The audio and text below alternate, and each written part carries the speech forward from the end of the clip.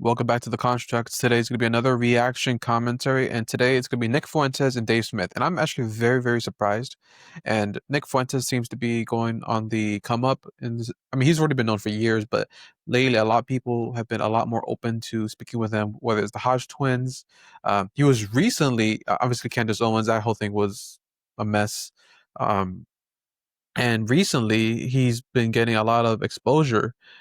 He was on Patrick Bet David recently as well, and just happy to see Nick Fuentes. I guess Latino representation. That's not relevant, but it's funny because I like Dave Smith, and I've seen a lot of his stuff. I love his debate against Douglas Murray, and the reason I was surprised by this collaboration between Dave Smith and Nick Fuentes because when Nick was on Candace Owens was like very much like defending Dave Smith because Nick doesn't think he's necessarily on our side when it comes to um the influence that Israel has in the world, right?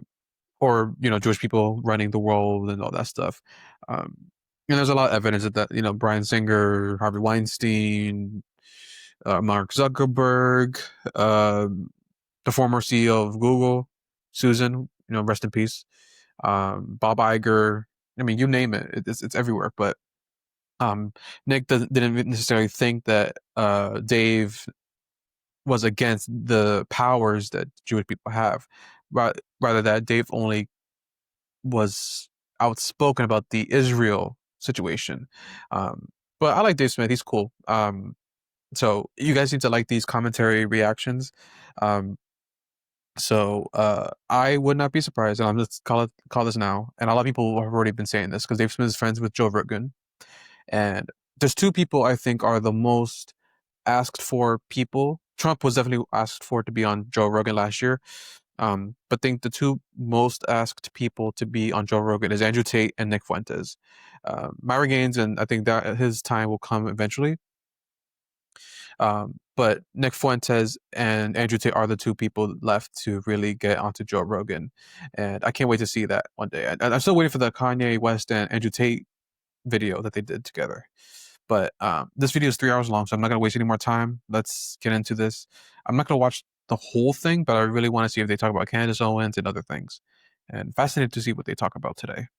So let's get started. Be sure to subscribe to the channel. Let me know any other things you guys want me to react to. The Andrew Tate video got a couple views, and the Steven Crowder video also got views too. So yeah, and I got a collaboration tomorrow with a friend Rob. We're going to be talking about the whole Aisha Curry situation, as well as another interview style discussion this Saturday. I'm going to be recording, and I'll let you guys know when that will be uploaded as well. So let's get started. All right. Nicholas Fuentes, how are you, sir? I'm good. How are you doing? Doing good, doing good. Thank you very much for doing this. Thank you for traveling to do this. I really appreciate it. We've been, I've wanted to do this for a while. I felt like this was a show that was supposed to happen, which I don't often feel, but and I've been feeling this way for a while.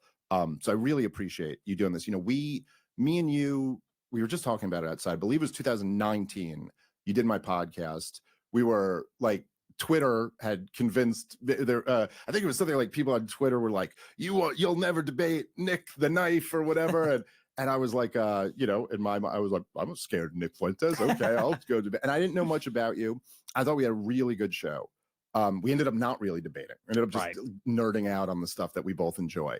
And then you came back on my show. It was like right after you got kicked off YouTube, I think. So that was like the thing. And then we did a debate, like a very broad kind of authoritarianism versus liberty type debate. And I want to say it was, I think, late 2020. Yeah, that sounds right. Because it was right at the end, I think, of the year. We were like talking about the year of the lockdowns and stuff like that. So that was five years ago. And both of us in the last 5 years have really pretty dramatically risen in stature, whatever, much bigger audiences, much more, just bigger audiences, more big moments, more, and so it just kind of seemed like a thing that should happen.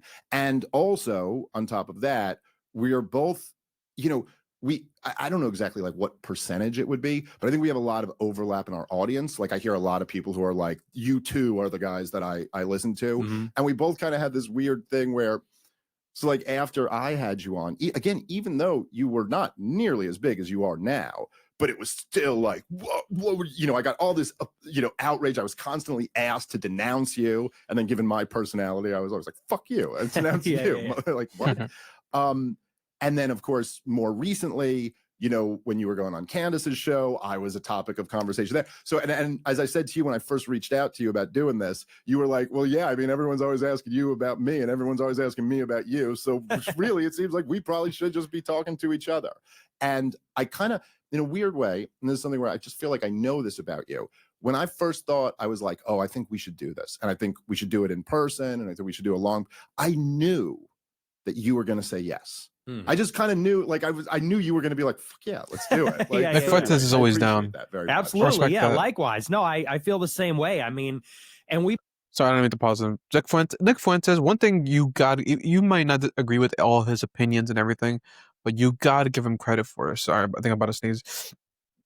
Okay. Whew. Nick Fuentes will debate anyone, anytime, anywhere. And the people who, I hate to say this, that didn't, you know, debate him on Israel were like mainly, I mean, Officer Tatum, he's dumb, but Ben Shapiro, who I think is arguably one of the best debaters in the world, and the great Charlie Kirk. They will never have debated Nick Fuentes because Nick Fuentes would have eliminated them and made their whole Tim and Myron Gaines would have just destroyed every single thing about their whole pro-Israel stance because the defense of Israel is like it's indefensible. Like it's not a good point to stand on, in my personal opinion. And Nick Fuentes is someone that when he was on Patrick David, he Patrick gave him kudos and credit because he said that Nick, when he told him, hey, you know, we're gonna fly you out and you know give you a hotel and everything to come to the show, and Nick Fuentes said, no, it's fine. Like I'll take care of my own expenses for traveling.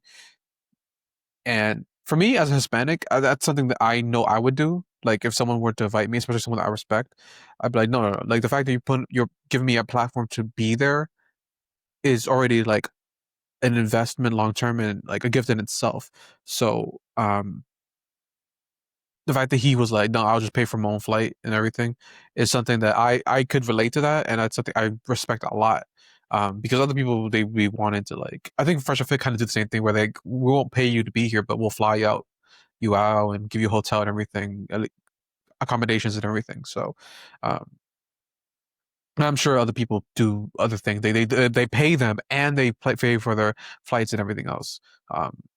Some people are just like greedy with money like that for things like that. And Nick Fuentes is someone that like I've seen his growth. He's very well spoken, very intelligent, obviously. And I think that he's someone that sorry. Yeah. I knew it was coming.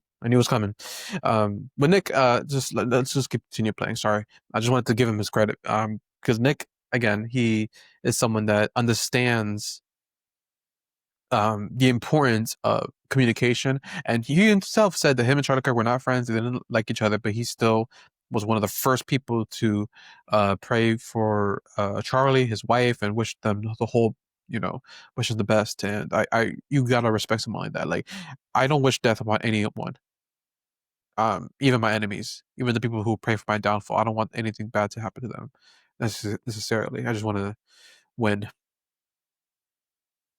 We both are from the Israel critical side and always have been, and kind of representing different factions, I think. Yeah.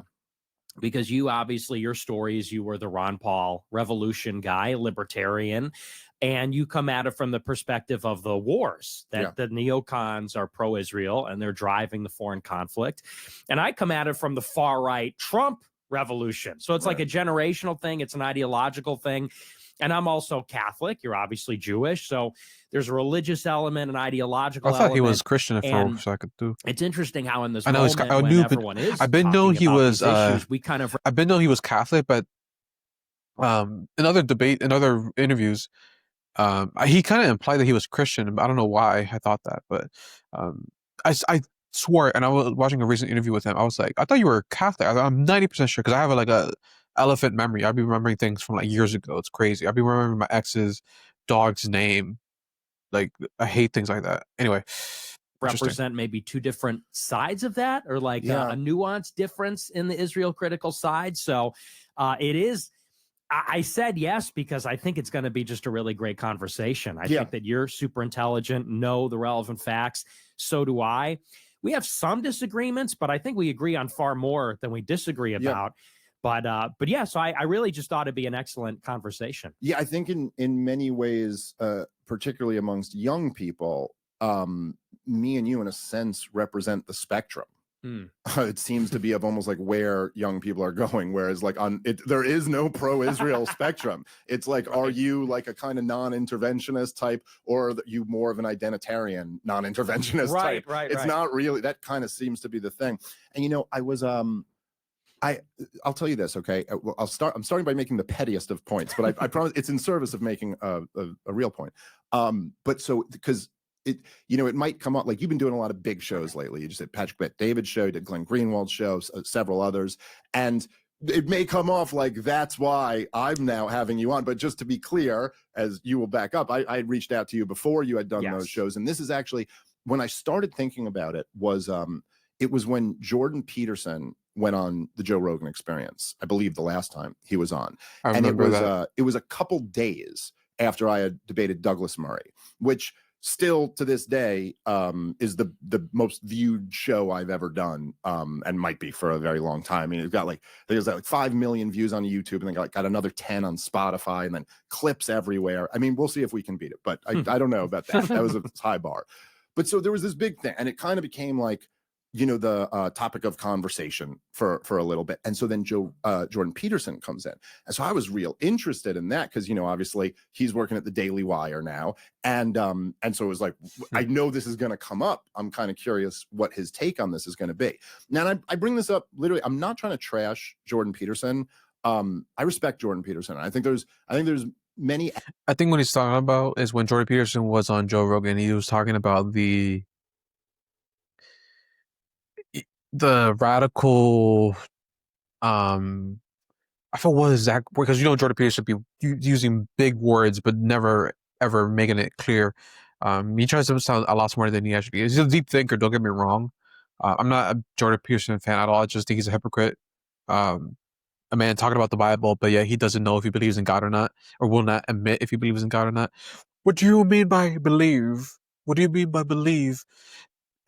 To live by it and to die by it. Like, shut up, bro. That's not, you don't know what you're talking about. Anyway, he talked about something about the radical Jewish hate and these people that I think he used the word rapers. I don't remember exactly, but he kind of was implying, if anything, I think he was more pointing at Candace than Nick, but maybe he was pointing more at Nick Fuentes as well. He put them all in that same category. But yeah, let's continue. Aspects of his work that were very valuable. I mean, I have a baby brother around your age, not a baby, but I still call him that. But and I bought Jordan Peterson's book for him. Like, I thought his work was great for young men, and obviously I don't love so much the stuff he's been doing lately. But so Jordan Peterson comes on. I was curious what his take on the debate was going to be. I knew he was going to get asked. He kind of dodges it. He goes, "Oh, everybody involved did a really good job," which, first of all, no one on the face of the earth thinks everyone involved did a very good job. Right. There are the range is insane Zionists who think Douglas Murray won, and everybody else. Like, there's nobody thinks he did a good job and he did a good. But okay, so he dodged that, and then he just easily won that debate, about the Groypers. Now he mentions the Groyper. He starts going off on psychopathy and who needs to be kept out and who can be allowed in. And okay, so first of all, the obvious that to me, I was like, Well, first off, if we're talking about psychopaths in this context, that's where we go to. Right. There's people who don't like Jews. I mean, like, okay, man, maybe we'll argue about this a little bit later. But like, okay, leaving that aside, that's because there's the destruction of a people. I mean, like Nikki Haley is signing bombs that are about to be dropped on human beings, and you want to have a conversation about who's a psychopath, and then also I thought like to invoke you without mentioning your name, but you mentioned Groypers, like. Those are your fans. Like, I mean, it means your fans. So just mention the guys that it'd be like if you were like, there's a real problem with people who listen to Dave Smith's podcast. Yeah. They're like, well, then say. And so I remember. He's very indirect.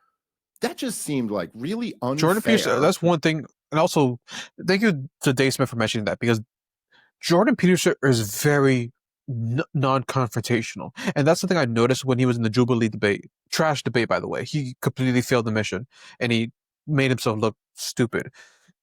But I remember that kid that was like, why are you here? You're not a Christian. And he's like, nope, I'm not going to talk to him. I don't want. He's very non-confrontational.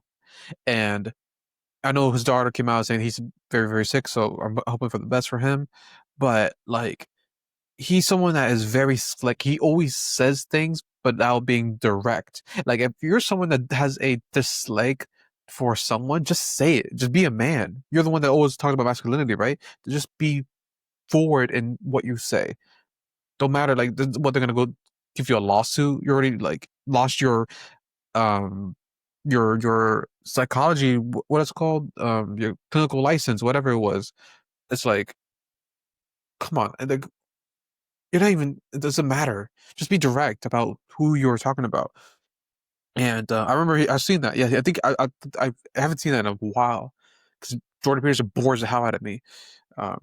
But it did, and when he sold the soul to the Daily Wire, the Jewish Wire, I was like, yep, he's cooked, man. He's and Myron Gaines, shout out to him for also mentioning this too. There was a like he was like speaking at an event in front of, I think, a bunch of students or something, and someone asked him about the whole Jewish power or Israel lobby, something to that extent, and he took a moment and he had a long pause, and he decided, I'm not going to answer the question. I'm sorry, I can't answer the question. It was like a question. It was like out of fear. He was like in that moment thinking, okay, do I say the truth and risk losing my brand, or do I just lie and basically sell my soul? He just refused, but he went somewhere in the middle where he just didn't answer. And the fact he didn't answer says a lot. Sometimes the answer to a question, if you really want to ask a person a question, sometimes the best answer is no answer, because no answer confirms a lot of things without even needing words to confirm or deny. So yeah, that's just wanted to acknowledge that. I'm only 7 minutes in. I'm already talking. I'm so sorry, guys. I'm so sorry. I know I'm not going to finish this whole thing, but here you were not a participant in the thing. It wasn't even like a question about, and so it was like kind of, and then just being me, I was like, my first thought was like, Jordan Peterson should, if he's going to say that, he should sit down with Nick Fuentes. And then I was like, you know what? I should sit down with Nick. Like, it's been a while. And then it was something I just kind of kept thinking about. Anyway, I agree. It's just a bit of a rant, but that really was what got me first thinking. Like, and notice Kamala didn't say Jordan Peterson was the reason why she got. Well, in that debate, I think raised a lot of interesting questions. Because it is office kind of presidency. It is the thing of the moment, which is that there's been this explosion of inquiry and conversation about Israel, about the Jews, conspiracy surrounding that, the nature of it. The big question I always get asked on my show is like, what is it? What is this thing that's going on? And the reason that this is happening is because the taboo has gone away. There's a few things. There's simultaneously the after October 7th, everything's changed, has dissipated, and then I think right after the taboo went away, largely because of the war in Gaza. I think people were so outraged it kind of blew the lid on that, and now that kind of is the central question of the role that these personalities play in mediating that, because I think there's at this point a recognition by everybody on the whole planet. There's no denial anymore. Nobody can avoid it. Even Netanyahu's doing damage control with Shapiro. I think that was yesterday, that everybody is talking about this. Everyone's furious. Everyone does not have that conventional pro-Israel thing anymore. And now I feel like there are people like a Peterson or a Shapiro or even a Charlie Kirk, which I'm sure we'll get into, that are trying to kind of, they recognize that the reality has already changed. Yeah. But they are in denial in a sense, trying to negotiate like what that's going to look like, because they recognize the old consensus is gone, not coming back. People are not going to be pro-Israel like they were. The genie's not going back in the lamp, the proverbial lamp.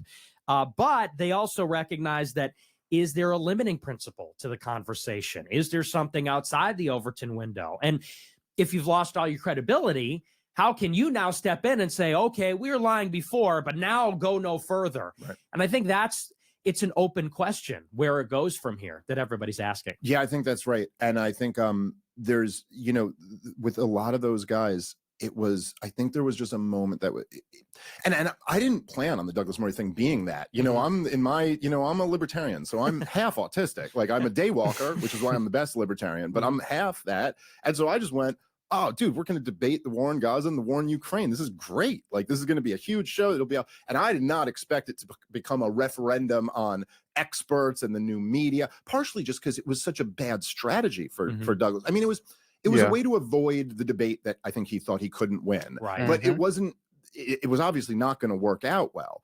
But one of the things that was kind of interesting in seeing all of these people, especially this, kind of why Jordan Peterson coming in was interesting, because he is really, to a lot of people, like, he's almost, especially with young people, who's the core group who Israel's losing. Well, this is a guy who really shaped a lot of young people's minds. And so if anybody was kind of positioned to be able to reel them back in, it might be him. And even that didn't kind of work. And I think something fundamental to it was that it was like with all these guys, with Sam Harris and Jordan Peterson and Ben Shapiro, your whole calling card was, we have these conversations. We don't shut voices out. You have to win the argument. We're against cancel culture. Yep. And then they're like, to watch them going on these tours of like, Rogan shouldn't have Daryl Cooper on anymore and all this. You're like, yeah, but come on, dude. Now, what are you? You just kind of, you exposed yourself for being exactly what you claim not to be. And that is something that people don't get over easily. Right. Well, and no one's really on their side on that, because Douglas Murray, when he said, well, have you been to Gaza and all these other types, the appeal to authority, it's like, in a way, this is just another chapter and kind of like a larger saga that goes back to COVID, Ukraine, Trump, even, which is that, we're led to believe that these institutions they have the authority to tell us what's going on and what to think and what's acceptable. And we know that they lied about all that, lied about the facts, the opinions. They were probably not even in good faith. And now they want to come out and tell us, well, but like you said, we can't have that conversation, or Daryl Cooper's too far, or they're doing the same thing to him that they did to you, where they said, well, you're not a historian. And it's like, okay, well, neither is really anybody. Does anybody have the right to critically think, or to read books or to offer an opinion? Or are we literally just going to be told this is what you're allowed to think because, we're the experts? Well, it's also the other thing, dude, because I'm like, I got in this, well, I guess not. I mean, you were doing your thing, I think, at the time too, but for whatever reason, I got in like at not really in, but I was doing shows at Fox News for a while. And there were like a few particular hosts who were really good to me and had me on. It was like Kennedy and she had a libertarian show there, so it made sense. And then Greg Gutfeld used to put me on. Tom Shalhoub used to put me on. So this is like back even in the day. And then I've done a bunch of their shows since. And it's like, one of the things that just bugs me about the whole conversation too is you're like, look, I'm not saying, there's a lot of garbage online, so I'm not like defending, there's dumb political commentators online. But when you're talking about like the elite level, or like, I'm just saying, objectively speaking, I used to do those panels. If you go back and look at any of the panels I was on, out there somewhere, it's just always me carving everybody up because they don't know anything. Right. Like, it was, dude, me and you are, compared to the old guard, elite level. Like, they maybe would occasionally get someone in there, occasionally you'd have Pat Buchanan on a segment, you'd have someone who, like Ron Paul, or someone who really knew what they were talking about. But like, every day on cable news. So the idea of being like, well, you're not an expert, or Daryl Cooper's not an expert. Do you know what you're hearing on cable now? Do you know how much more Daryl Cooper knows than 99.99% of people talking about the topic? So there was something about that really bugged me. But I also think that specifically with Jordan Peterson, I just thought it was like, dude, you're talking about a young man. You know, you're talking about a following of young people. I thought your whole thing was like sticking up for them, not calling them the tetrad of evil or something like that. Yeah. And not like as if you've done something unforgivable that you are now. It's like, I thought, like, it just seems like, okay, so then if you're saying that Nick Fuentes is leading these young men down the wrong path, well, then okay, maybe they could use some Jordan Peterson in their life. I wish then, there was right? timestamps Like on what? this thing, Maybe you should take that. Maybe it's really important. I thought you're supposed to speak up for the voiceless and get all emotional and all that. Like, where did all that shit go? All of a sudden, there's one thing that's like a subject you're not allowed to talk about, and I just think that's bullshit. Yeah, well, and Jordan, he even took it a step further. I don't know if you saw his tweets about me, but he called me a rat. He said, Nick Fuentes is a rat. And then he came back and amended it and said, no, wait, he's not a rat because rats are odious by their nature. He said, Nick chooses to be a rat. He's lower than rat. And it's like, how? And by the way, isn't his whole thing like about totalitarianism and like dehumanizing people? And I said to him, I really was more just like astounded, like you said, because he is different than the others. That's like, he's always been different. Shapiro's like an insane Zionist, operative of Israel, whatever you want to say. Absolutely. But Peterson, like you said, he really was very influential for young men. And I know that because I was one of them at one point, and I had close friends that loved his Bible lecture series, his podcast, Maps of Meaning, which was his original book. Pulled a lot of young kids away from atheism. Major, yeah, and towards Christianity and towards conservatism and all of it. And you're right, his claim to fame was that he was supposed to be this like lodestar for the disaffected young men of the Trump generation. And who represents that more than me? I'm kind of like that archetypal guy leading those people. And I agree, if he's got some issue with me, first of all, why not just call me out? It's this weird like thing that the left does where they say, we don't want to platform him. We don't want to give him attention. But like you say, what then happened to that whole deal where it's like, it's a free marketplace. We have to just talk or else we'll fight. We have to, have this marketplace. So there's just layers of hypocrisy and no one's buying. Nobody's buying into that nonsense. And it's sad because I think he lost a lot of credibility. I completely agree. And I agree. It's sad. And I think, and I'm not saying this again to pick on Jordan Peterson. It's just like, I think he's an important figure. It's an important topic. And, it does. And this kind of goes to the heart of, back in the, before we ever met, I mean, we just met.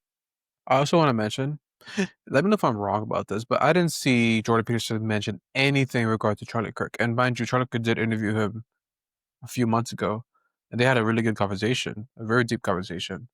It was almost like the teacher talking to the student kind of thing. It was very interesting. You lost so much credibility, man. He was that guy, but then Andrew Tate. I feel like Andrew Tate did what Jordan Peterson couldn't, or was trying to do, and like continue his will, his successor in a way. But Andrew Tate is still just as relevant today. It's crazy. It's crazy. Met in person for the first time, but before I ever had you on my show, I had talked to some of the alt-right guys. Like I had Christopher Cantwell on my show, I think a couple times, and I had Richard Spencer on, and I had like some of those guys, and people at the time, it was like it was a somewhat risky move. It was still in the world where you were like, I don't want to get my channel banned and stuff like that. At least at the moment, that feels a little bit safer. But one of the reasons why I liked talking to those guys, or one of the reasons why I did the shows with them, was that, well, first of all, I did kind of find the ideas interesting. And I'm interested in the ideas. That's why we do these things, that's why we do what we do. And there was also, I guess I've always thought there was, like from my perspective as like a libertarian, and like but a right-wing libertarian, I think. And at least comparatively speaking, I always thought that there was this weird, like I used to talk about this way back in the day when I in like 2012, I was doing podcasts. No one's listening, but I was doing podcasts. And I used to talk about this. This is like totally in the it was before wokeism really became a thing, and then of course before the reaction to wokeism became a thing. But even back in like 2012, I used to always say that, like, the president of the United States could like drop a bomb on a third world country on a wedding and like kill 70 people, and then the same day he could say the blacks instead of African Americans, and the latter would be a bigger scandal than the prior. And like, there's something fundamentally wrong with that. Like that is a really that's a really sick thing about your society. Yeah. And there is this almost like, and I think has been for my entire lifetime, maybe before that probably, that there's almost this unspoken cultural value that clearly is a left-wing value that puts at the absolute top of the hierarchy of outrages bigotry.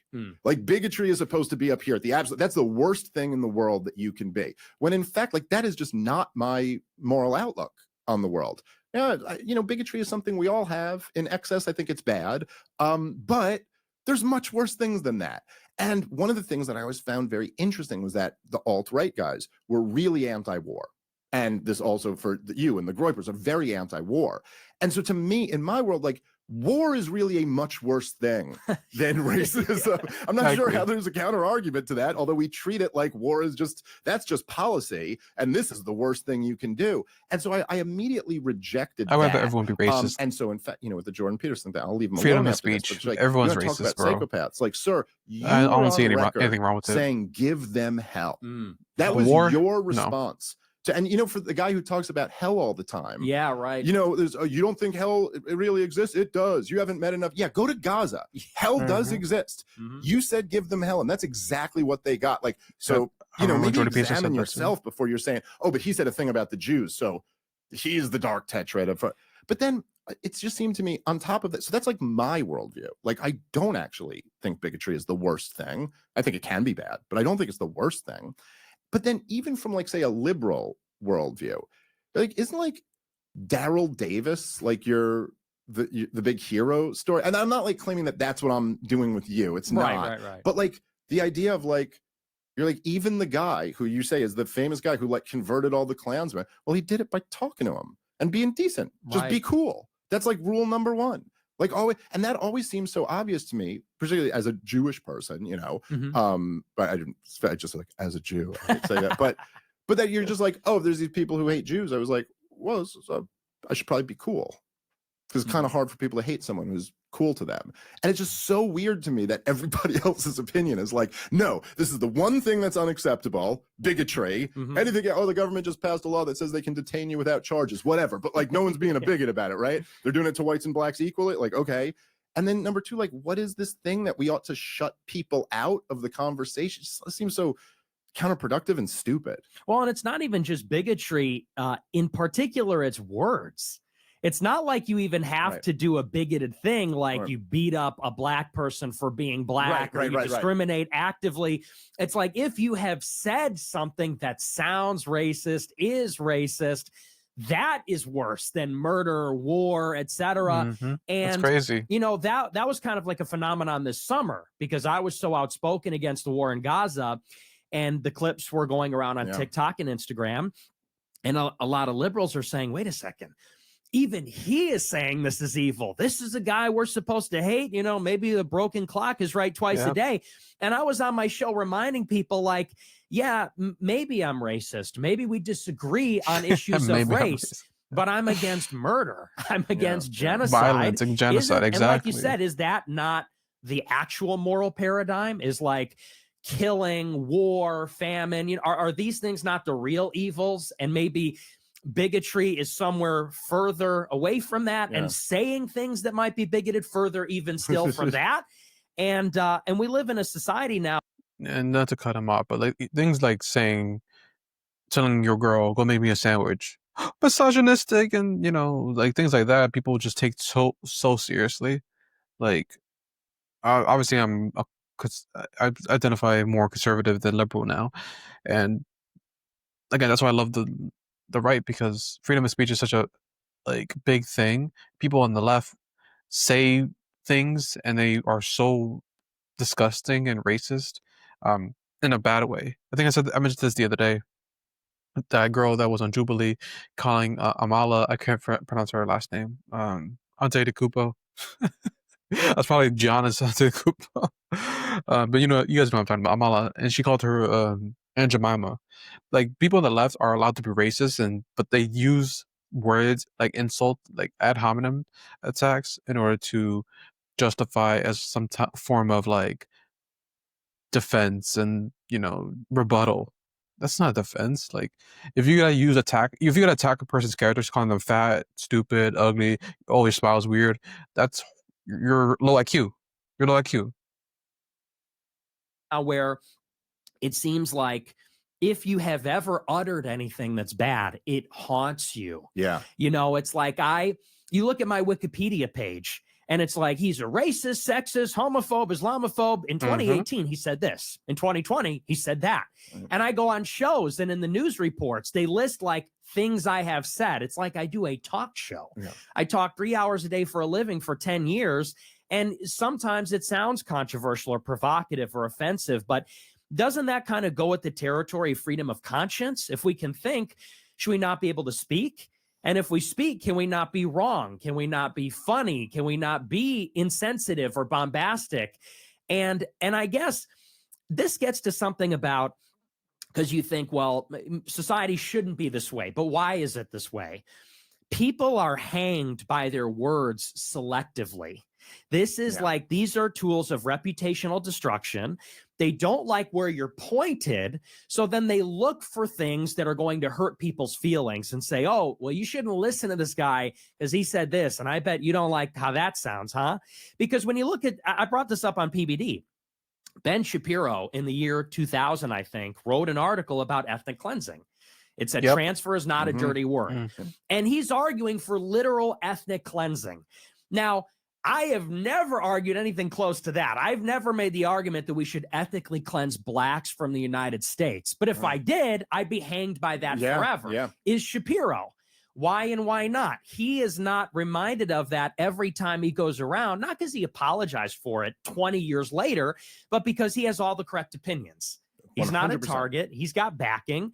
And so that kind of tells us that, and by the way, the same applies to all other kinds of scandals.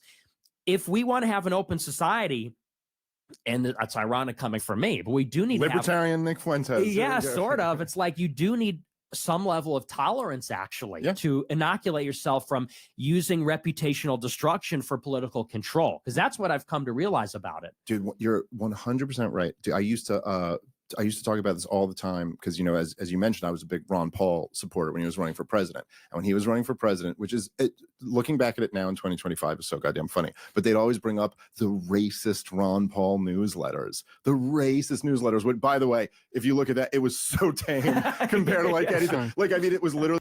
Let me see, I could fast forward a little bit to see. Ron Paul. 50-something year, like just look at the things Joe Biden has said. The greatest libertarian theorist of all time, Murray Rothbard, in one of his Robert Byrd, the Lion of the Senate, like who's going to get hit, and who always happens to get hit? Very coincidentally, the people who don't support Israel in the permanent warfare state. You awoken to something completely coincidentally happen to be all of the right wingers who don't support Israel and don't support the warfare state. Like it's always what it is. And it's the one comment, and that's another. It's a real problem of the kind of the racist thing. Different people. It's not racism isn't something that belongs to old white men. It's something that every group has. And actually, minorities in this country are quite willing to be open about it. Yes, which is something that or how white people find the conversations interesting. America into it, like what this in some ways they were the most honest expression of the Trump moment. Because I think there's through years to just say it because it was perceived as racist in order to say that being, which it's always been through its entire 90% French in a few years. Isn't that wonderful? I think most and forced on the American, but there was like people got things to do, bro.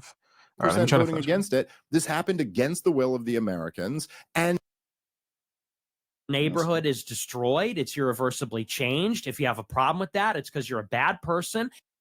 Probably just from my perspective, being my age, it's much easier for me to go, all right, let's just go back to like They used to have all of it, and now they're sharing it. Now they're going to have half of it or a quarter of it. And what's more is if another group has power over legitimate grievances with each other, but who both want, yeah, I'm racist, so what?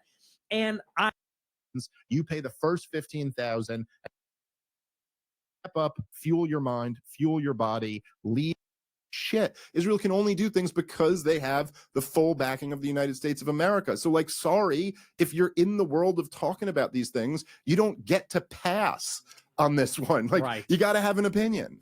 Yeah, I saw that too, and it's become very popular over the past year and a half. I see a lot of the young men, they watch Matt Walsh, they watch this other stuff, and they say, well, yeah, I just don't really care about Israel that much. I care about America. And I saw Matt Walsh say that on Tucker. He said, and you could tell that it is like a rhetorical innovation, because let's be honest, this is an issue that people like Matt Walsh don't want to talk about because he works for Ben Shapiro, and he knows, like Candace Owens, if you drift too far in that subject, you lose your job. And he likes having a job. So you get it. Now, this is an extremely contentious issue also, and it's very topical. It's in the news, and he knows the question's coming. Are you pro-Israel? Are you anti-Israel? There's people who feel very strongly about it. And you could tell this is like a rhetorical device. It's a cop-out where you can say, I'm not pro-Israel, but I'm not anti-Israel. I just don't care.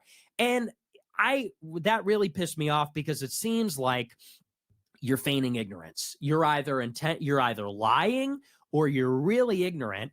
And the reason why is because, be that as it may, that you don't care about Israel, we happen to be supporting their war, and it's actually hurting us. Exactly. And there's other things too. Obviously, it's a big subject. There's a lot of this stuff going on. And so people say, well, let them kill each other. If you've been paying attention, one side's doing a lot more killing. We're paying for it. We exactly. are, our tax dollars are going to that. All of it.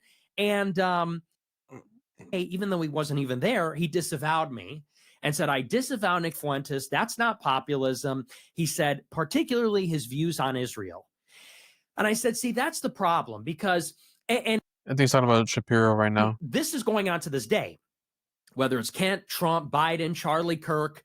If you go against Israel, they make you pay a heavy price. You know, AIPAC is coming in with the berserkers, the ADL's coming in, like, you're going to pay. So what do? Hey, I got to get them off my back. I got to disavow you. I have to sign the letter. It's easier. It's the path of least resistance. I said, we have to create an opposing force and push in the other direction. We need people to know that if you go too in favor of Israel or condemn the Israel critical right, you're going to pay a heavy price too. You're going to get, and we don't have money power, but we got people power. You're going to have somebody in your district asking you about Israel at every stop. You're going to have stickers put up. We're going to make a website. We're going to do this. He lost by 2,000 votes. He lost by like less than 1%.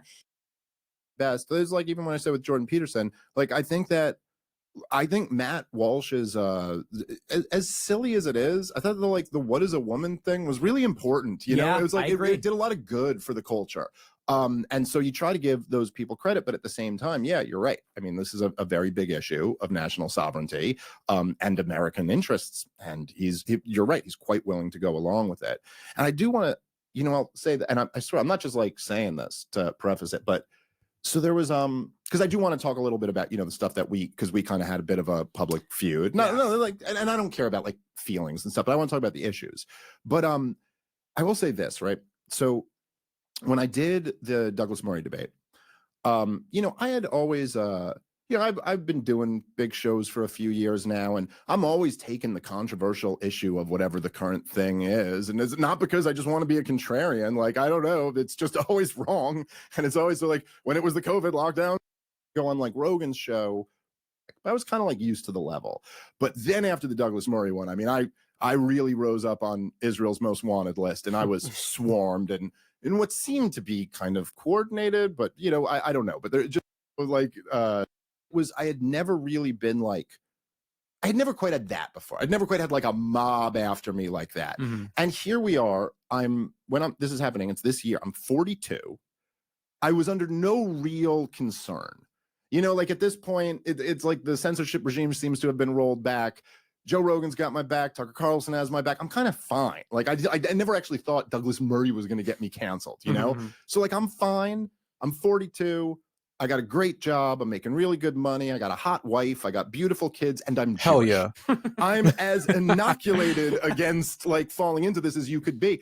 And I will tell you, man, like there were moments where I just found myself be like fucking like, dude, it's like by the time you're having the most disingenuous, annoying fucking like rabbi, like just and doing like the dumbest thing ever, you know, they attack you, and then if you defend yourself, they go, he doth protest too much. You know what I'm saying? You're like, fuck you. And it almost feels in a way like it almost seems like that's the point of their existence. Yes. You know, like it almost seems like Rabbi Shmuley, you're like, what fucking character from Adolf Hitler's play did you spring to life in and like become? For real. And so, okay, so if I'm going to be completely honest, it's like, I see that, and then I go, well, let me try to put myself in the perspective of like when you were talking, it really hit home with me when you were talking to Patrick Bet-David about Ben Shapiro quote tweeting you, and like how fucked up that is, dude, to like go after someone and say you're so young at the time, and like there is, so like I understand, so messed up, like bro. getting pushed to the level of like fuck the Jews, like I get it,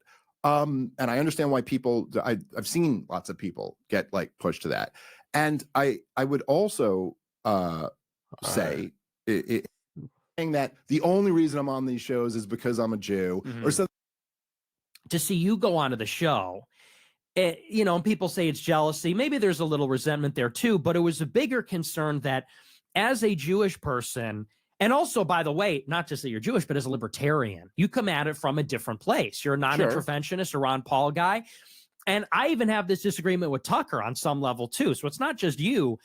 My big worry is that, is the conversation going to stop at, we need to end all these wars and like the neocons are the problem? Because my critique goes further, and it says that it actually does have to do with Jewish identity.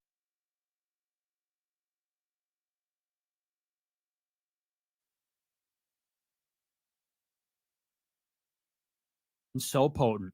Jews refuse to assimilate. They're so powerful. They're so tribalistic. They're loyal to each other. Not all of them, but a lot of them.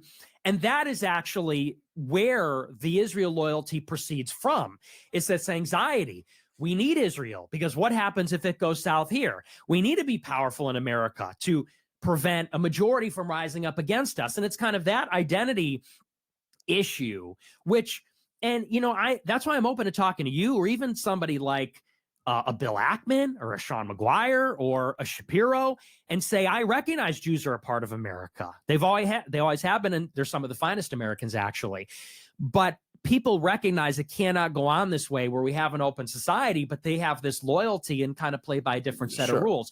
And anyway, so my concern is that what it looked like to me is you're being brought onto the shows, and they know maybe that you'll never go that far as a Jewish person, or maybe even as a libertarian. And a big red line was being drawn and saying, but you are still an anti-Semite. You are still banned on YouTube. You are banned on the shows. Fuck you. You're all the way over here. And that's why I like you and I respect you and I think you're brilliant. And I didn't mean to attack you as a guy, although maybe I crossed the line here and there, but you did become a very central, and you recognize an influential figure in this big conversation. And I looked at you maybe as like, whether you intended to or not, as a mediating force or a mitigating force in the conversation. That's where I came at it from. Okay, so a couple things on that, because there's a lot there that's very interesting. So first of all, and I just tell you some information on this, right? So with Rogan, like we're good friends. I've also been on the show a bunch of times. There, about half the time I've been on, he asks me to come on. About the other half, I ask to come on. I asked to come on the first time to talk about Israel. The last time I'd been on, it was all about Ukraine and all about, you know, like whatever else the story of the day was. And he had a couple pro-Israel guys on, and I was just like, hey Joe, can I come on and like break this shit down? Because I like know a lot about this. So I think it'll be an interesting, and he had me, and then, you know, so it's just, with Rogan, it's just not true that there was any, with Tucker, me and Tucker became friends from, he reached out to me, got my number from Greg Gutfeld, I believe. And he reached out to me after I had been on and did a thing breaking down the war in Ukraine. And he goes, dude, I think this is the best concise breakdown of the war in Ukraine ever. And then we just started texting regularly. And as soon, he never had me on the Fox News show, but as soon as he was off, he wanted to talk. But again, if you go back and look at the Tucker thing, at least back then, like, because this was earlier in the, in the conflict, whatever you want to call it, I was the one who was bringing it up constantly. Like, he was dancing a little bit. Like, I think he was still the thing, like, I don't know if I want to go this close to the sun on this one. Whereas I was like, no, we are driving right to the sun, and that's where we're going. Candace, I mean, like, again, we're getting into like what's in people's heads. She had me on Daily Wire, which, listen, whatever beef I will never stop being grateful to Candace Owens for just having me on at the Daily Wire. I just know that made Ben Shapiro so furious, and I love that so much. I think she did that partially for that reason. But she also, at least what she said was, she loved my Ukraine breakdown and wanted to talk more about that. And I think also part of that was, and I'm pretty sure this is right, but I just think she was hearing a lot of this stuff for the first time from me. Like, she had just broken with Israel, and I think she had Norman Finkelstein on, but he had broken down, like, the conflict with the Palestinians and the UN resolutions and stuff like that. But I was the one telling her about the clean break strategy and all this, and it was like new information to her, I believe, and so she was into that.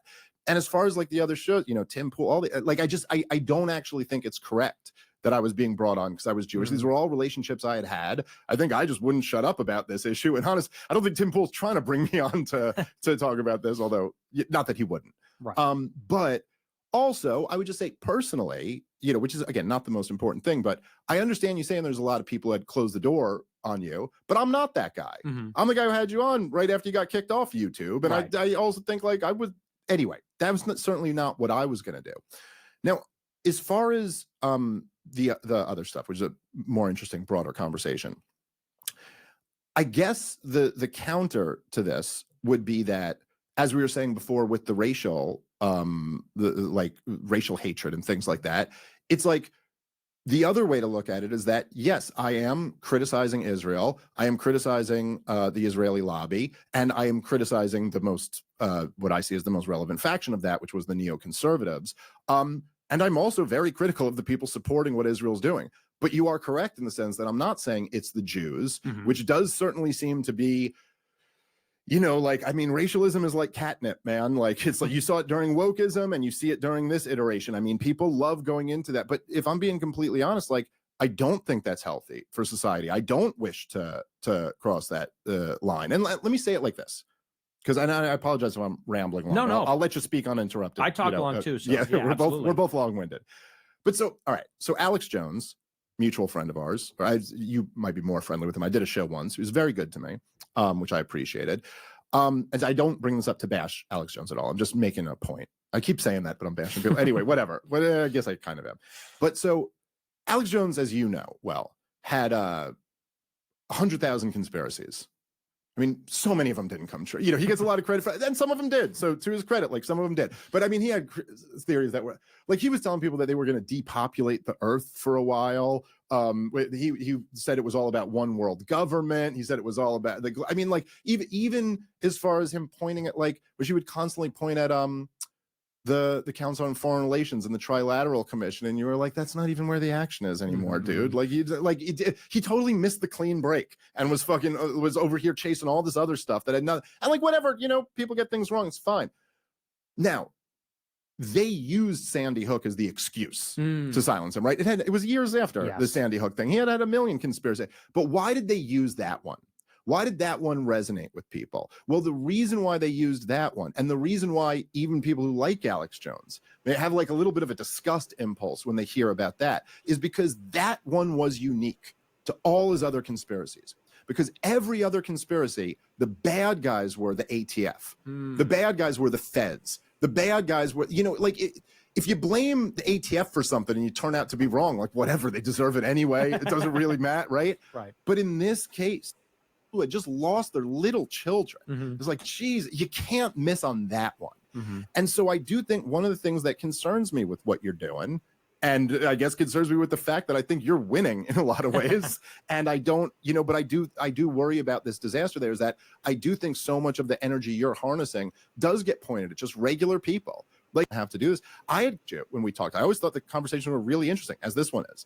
The thing was just, It's just like an incentives issue almost. We're like, well, I don't know. Everyone on this side is going to lose their goddamn shit. And then I have to answer a million questions about Jew anyway. I'm going to get into this more, but the fact is that saying, Yo, look, Dave Smith talks a sold on the lot, bro. 9/11 stuff.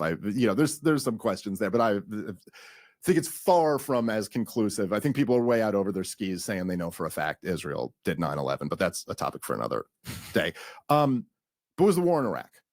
The war in Iraq is no question, or Coleman Hughes can try to argue with me about this. There's just no question that the neoconservatives and the Likud party and the whole Bush administration, this was pushed in a direction. It's not the only factor, but it is more than what made the difference. Like, the war does not happen without the neocons and without Netanyahu. It just doesn't. And yet at the same time, Jewish Americans were either the best or one of the best groups on that issue. Jews opposed the war in Iraq way ahead of the general public. And like right-wing Christians were like the worst group on that. And so, but again, my target isn't them into belief the Jew, and trying to gin up hatred toward that guy. And so maybe that's why I stopped short of blaming the Jews. I think it's sloppier and not as accurate. Well, I'm glad you said that, because I think it's important just on a basic level to say that we don't agree on everything. Like, we are distinct, and I wouldn't even say it's about further or closer. It's just that we are coming at it from different places. You believe it's the neocons, and it's in particular the war party and Israel, and how those interact. And me, as an identitarian, I do look at the world through an identity-based lens, that you've got whites, blacks, Jews, and they all have political interest. They all identify as these groups. They group up based on them. And then those groups have conflicting interests. That's what politics has become, is like meeting out those interests. Like, is it in the interest of white people to go to war in Iraq? No. But for Jews, yes, because they have this connection. I think there's some conspiracy. I don't think they got together and said, let's invite Dave because, he's going to. You think that it's, like you said, it's not Jews in themselves.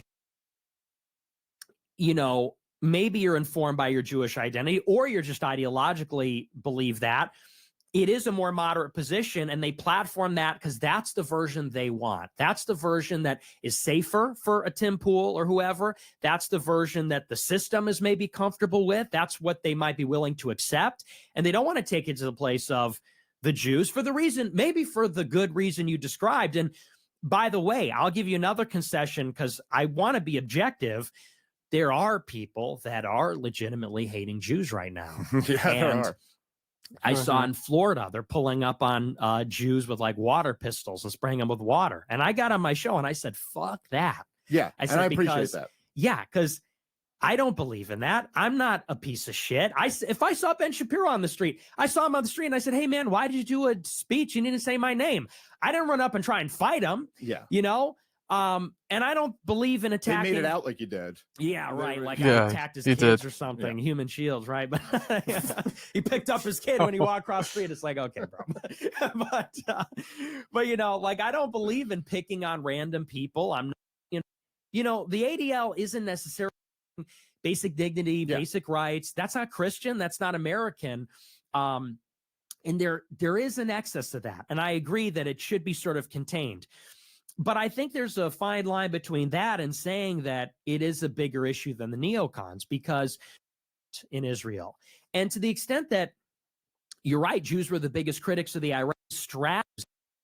Gutfeld show years ago, he was such a smarmy prick. Anyway, 17, he goes, Trump is bad for the Jews because he is opposing the liberal values that have been so good to us as Jews. And it's like that sort of encapsulates when, like, the ADL, for example, gets criticized. They say, well, the ADL is making Jews look bad, or they're going after people like Shapiro and protecting people like Ilhan Omar. In other words, they're attacking Jewish Zionists, but they're not hard enough on the progressive left. And what I see there is still a distilled Jewish self-interest, which is okay. What's happening, and then it's not right. Like, it just doesn't make any sense. There's no reason to think, and I've been saying this for years, that I'm like, look, like, I'm a Jewish American. I've never had one obstacle put in my. It's made up of races. They have these interests. America were convinced that it was in their interest to go overthrow Saddam Hussein. I think that it's much more like there are these group of powerful people They are, by the way, the entire machinery, I think, is actually, I don't know if I want to say it's more based on business than ideology, but business is like a huge factor in all of this, right? Like, it's not as if the Zionists weren't able to gain so much control of the American military machine because simply they tricked everybody or something. It's because it was good for business. You know, and you can watch this. I mean, they went, all the neocons went and they made their independent relationships with the military industrial complex. Look at all those Bill Kristol think tanks, and you know, who's funding that think tank? Oh, look at that, Lockheed Martin. Ain't that a coincidence? Right. And so in the same way that, you know, like there are say thinkers like John Rawls or John Maynard Keynes, when you're talking about evangelical Christians, although not Catholics like yourself, you go, well, we got to wake them up and make them realize that. And I feel the same way about Jews in general. It's like, we got to wake them up. And I would say that's even different than what he said on Megyn Kelly, because on Megyn Kelly, because like half the crowd might have been like your people. I mean, like, it was at a Charlie Kirk event, it was striking that it was like, I mean, or I should say my people. But I came out, the first thing Charlie says when I come out onto stage, he introduces me and he goes, "Oh, we got a lot of Dave Smith fans." Like, he was kind of surprised that like half the crowd was thrilled to see me there. And then like 20% of them hated my fucking guts, but it was 20% to half. Like, it was clearly the majority was, because it's young people, man. And that's where they are right now. But so Josh Hammer goes out there after this, and he has the first opening. And the final thing he says in his opening is that he's disgusted to be sharing a stage with me. And I just thought there was something. First of all, I just want, sorry to interrupt, but this is why I miss Charlie Kirk, man. He platformed so many people, Candace and Officer Tatum and Patrick Bet-David and Chank and Dave Smith and Tucker Carlson, Josh Hammer. Like, he's such a like blessing. I would have loved to have met him. And that event of allowing Dave Smith and Tucker Carlson in that turning point event is what a lot of people look back on it. That was the awakening that Charlie kind of had, where he's like, what the hell? People calling me anti-Semitic? I've been to Israel. I've done so many things to promote Israel and to support Israel because of biblical reasons and things of that nature. But he didn't care. He said, we're going to allow Dave Smith to be on and Tucker Carlson, and we're going to allow people to speak their minds and share their opinions. So I really feel bad, man. When Charlie Kirk died, I was really sad. I was really sad. Seeing that footage of him. Rest in peace, brother. Rest in peace. Like, he will forever be missed. He's a legend. About that I was like, what a fucking snake you are. If it was the last communication I ever had with Charlie Kirk was me texting him, what a fucking snake that guy was after all that. And then Charlie just said something diplomatic back. He was like, it was aggressive or something like that. But I just thought, on like a dude level, and I guess maybe this is part of the reason why me and you always kind of had like a mutual respect and liked each other. There's just something where you're like, who does that? Yeah. Like, who the fuck does that? Like, you're so comfortable being duplicitous that you'd sit down. Like, if I was about to go on a show with you right now and do this and be like, I'm disgusted that you're across the table, I wouldn't have had that 20 minutes of nice chit chat with you outside. It would have been like, no, we're doing it like that. So anyway, I say all of that to just say, I don't trust that guy one little bit. I'm curious, what do you make of the new revelations or this dynamic with Charlie Kirk? It's a weird spot for you to be in, being such a, like, you know, rival and an antagonist of a person, and then they're killed in this horrible way. And so it's a weird spot. But what are your thoughts on this latest? Well, you know, I agree with how you said it, which is, look, I mean, if someone other than Tyler Robinson killed Charlie Kirk, I'd of course be very interested in that, but I just don't see evidence for that. And people are trying to. It's like anything. In hindsight, you can look at every person's reaction in the crowd and say they're a decoy or an operative, whatever. There's really nothing hard or conclusive that proves anything other than that happened yet. And I'm open to possibilities. What is interesting, but a different conversation, maybe related, is the Israel thing. And I think very clearly, as you and Tucker and Candace and others have, and Max Blumenthal have said, there's ample evidence that at the minimum, there was something dynamic there. He was a pro-Israel guy for many years. Now, seems like that was in flux. And a lot of the evidence has kind of been knocked out. this Bill Ackman retreat. You know, Bill Ackman produced the texts and Charlie arranged the whole thing. And it was a forum where I'm sure disagreement was expressed, but it showed generally they were still aligned. More interesting was his interview with Megyn Kelly. Yeah.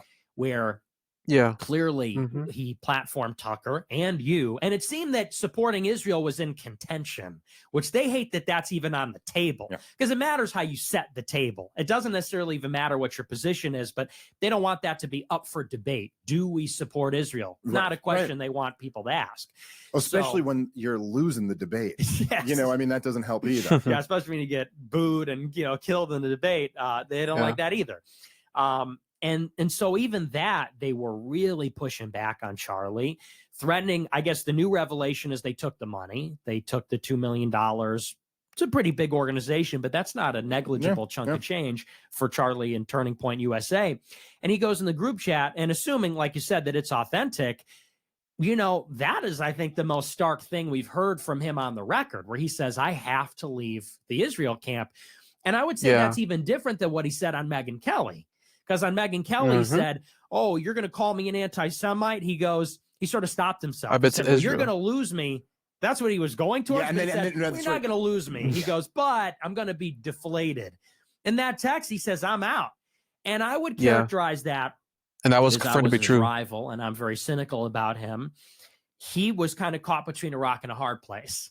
He was really in the middle because, like you said, it's young people. They are Israel critical, and he had to go and defend the bullshit to them at the campus, in the arena, in the pit, you know. So it's easy for them in the ivory tower to say, yeah, we love Israel still. He's actually having to get the shit, and 100 Groypers on the line saying, why do you still love Israel? And I think that he recognized it became a liability and started to try and accommodate everybody, Tucker and the other side, Candace and the other side, the Groypers, so to speak, or the Dave Smith people and the other side. And the other side wasn't having it. They said, you better get the fucking line or we're pulling the plug. And I think he defiantly said, I will not be bullied. I thought it would have been interesting to see where that would have went, but sadly we'll never know. Yeah, no, I completely agree. And I've always, you know, I kind of took, I took what he was saying in that thread like a little differently than I guess some people did. Like I always thought the dynamic with Charlie Kirk was kind of that it was like, look, he's the guy who has to keep the young people on board. And he's by definition, he has to be a big tent guy because he's trying to win. You know, he's in a different game than me and you are in, you know, like it's a whole different thing to be like we're in the business of telling the truth as we see it. We're in the business of breaking down the ideas and how we view them. And as you said, at times, even like stretching the Overton window and maybe even accepting that, like, I'm going to be speaking to the remnant here. I'm going to be speaking to one group of people, but hopefully this group will move the broader conversation. A very different thing to be doing a get out the vote campaign. You need everybody involved. And I think that I think Josh Hammer is not lying when he says he was doing everything to keep you out. Like that was the goal, is like, we are going to cut the line here. But just with the new dynamics of where politics is now in this real, like a revolution in media that me and you have both been living through and being, you know, active participants in, it was like, okay, but you're big enough at this point that, like, okay, cutting Nick Fuentes out and then everything else is a big tent. Okay, you maybe could pull that off. But you're asking Tucker and Megyn Kelly too? Right. And I think Charlie just realized the tent now is like, there's no way this works. And so I almost took it when he was saying, I have to do this, as going, I'm going to have no other choice to keep turning. And of course, this is the rock and the hard place, right? Because you couldn't be anti-Israel and run an organization like Turning Points, but also you couldn't be pro-Israel and run an organization like Turning Points anymore, because you need the kids and you need the donors. And so there's this, and I think that, you know, like, it did seem that essentially, like, his calculation, it seems to me, I'm speculating a little bit, but that his calculation was like, okay, well, I'll have Tucker and I'll let Dave do this debate. And then I can be seen as like, hey, look, I'm facilitating the conversation. I'll do all this. But that was way too far for the back. They were like, yo, what are you kidding me? Like, I mean, these are the people who, like, they thought, when Mom Donnie, say a million things about the guy, he's probably going to be very bad for this city that we're currently in right now. And, you know, and also is just like very cringy and awful in a lot of ways. Oh my God. But the fact Thank you for reminding me. I just seen on X these Muslim people in New York City in Times Square, and talking about, oh fuck, what was it? I've seen. I don't know if I can find it on X real quick. I don't want to go on here because I don't want to leave the YouTube stream or the YouTube recording. Muslims NYC. Let me see if I can find it real quick.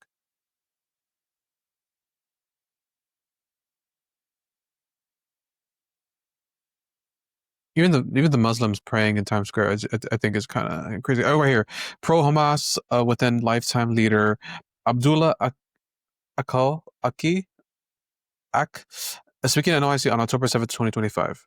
Mind you, this is 2 years after the October 7th attack. It says here, we must show up stronger than we did on the first October 7th. This is incitement to violence on the streets of New York City. And he's saying, yeah, let me see if I can find a different article. I forgot exactly what he said, but basically he's just trying to entice violence, it seems like. It's just insane. It's insane.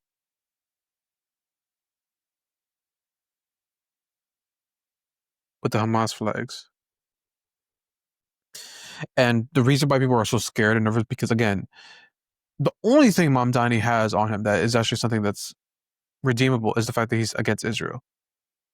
But he seems like someone that's gonna make New York City into a one big crazy, like immigrants are gonna be coming in like crazy. Like I love New York with all my heart. Like I've had so many good and bad memories in New York, but if I ever have the money to, well, it's not even about affording it. It's just like a part of me feels like God wants me either Miami or New York City, and a part of me feels like New York City. The only person that's in New York City is, I didn't know Dave Smith lives in New York, but like Sneeko lives in New York, and Dave Smith. Everyone like T Pendle, Fresh and Fit. Who else? Sumi Basani. Dayton Ross is in Florida. He's like a couple minutes away from Miami. Patrick Bet David is in Fort Lauderdale, which is like I think 40 minutes away from Miami. Austin Durham and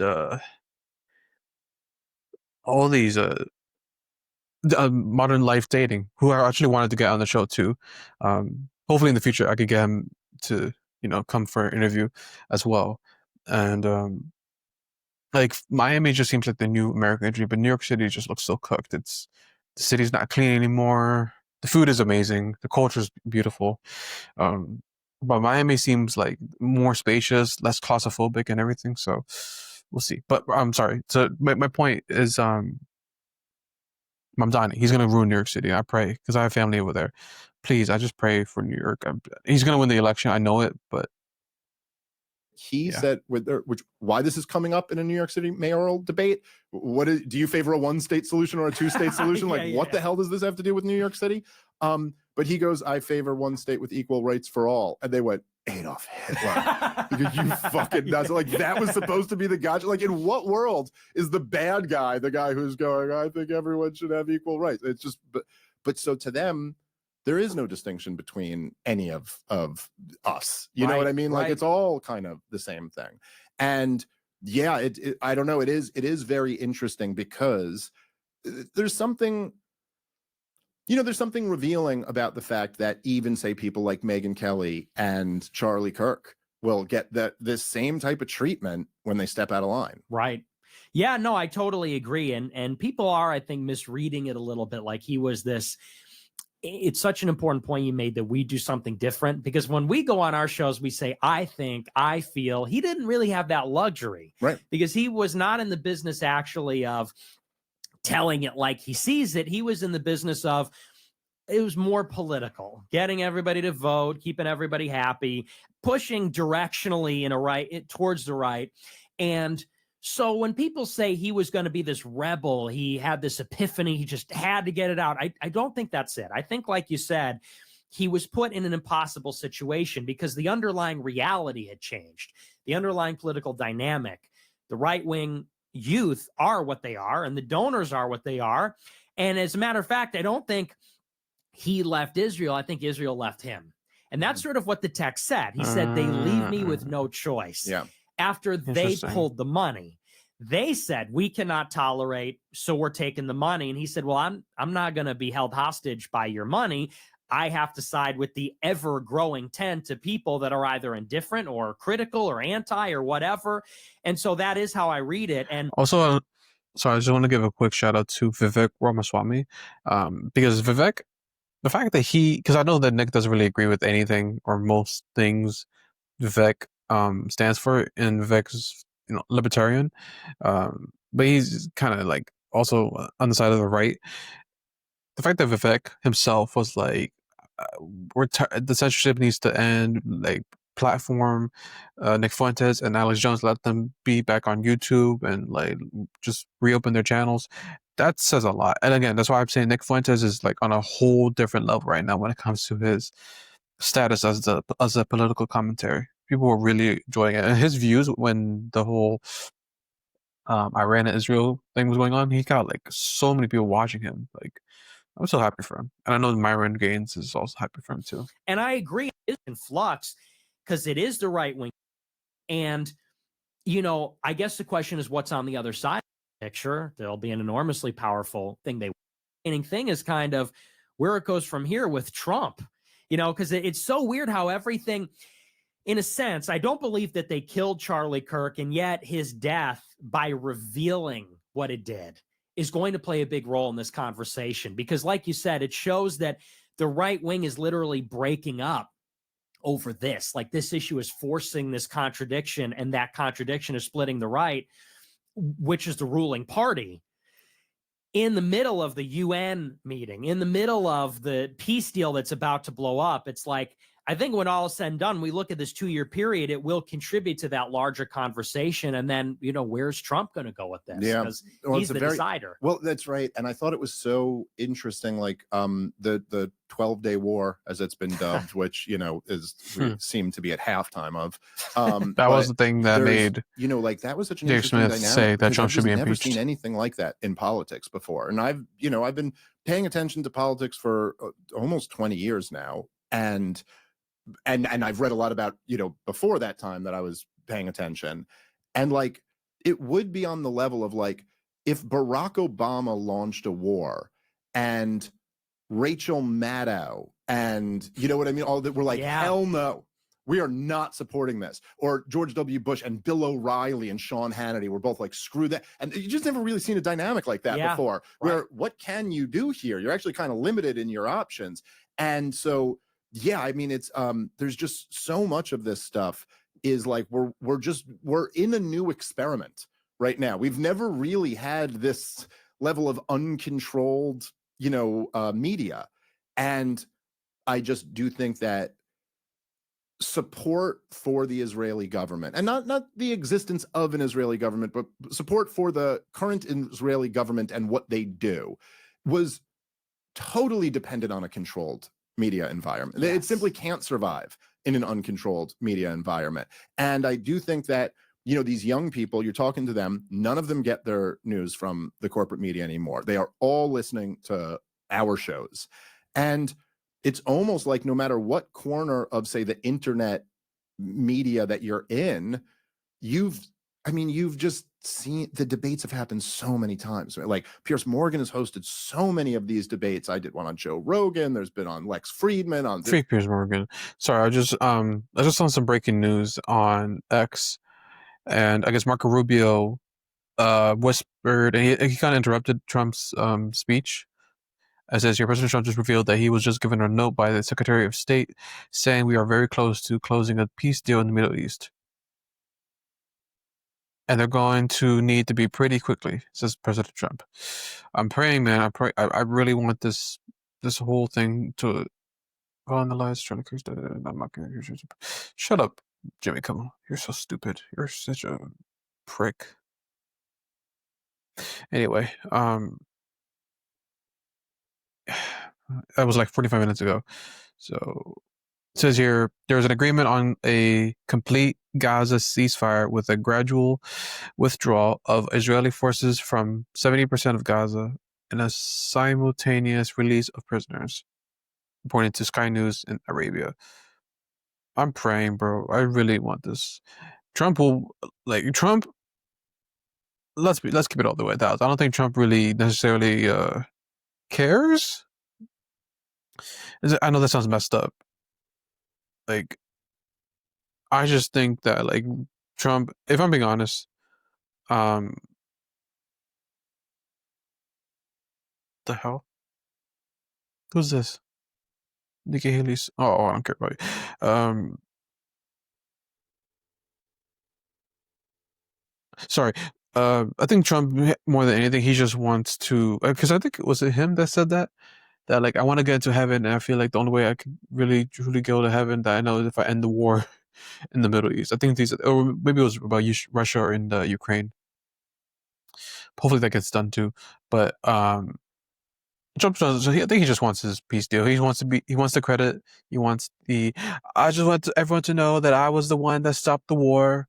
The Gaza Strip. We're gonna make peace in the Middle East. So therefore, we're gonna make sure that the Middle East is gonna be a safe, peaceful region, and we're gonna have Trump towers in the Gaza Strip. I'm just kidding, but yeah, I think he just wants the credit more than anything. But I get it. Regardless if he wants the credit or what, at least we're somewhere close to getting a peace deal. And hopefully Putin can get his act together and try to end the Ukraine war. Because now Trump is like, I'm all for Ukraine. And Putin's like, oh, no, we can't have this anymore. But anyway, back to this. I saw you debated Dinesh D'Souza on that. And I watched your, I had seen clips of it, but I watched the full thing earlier today.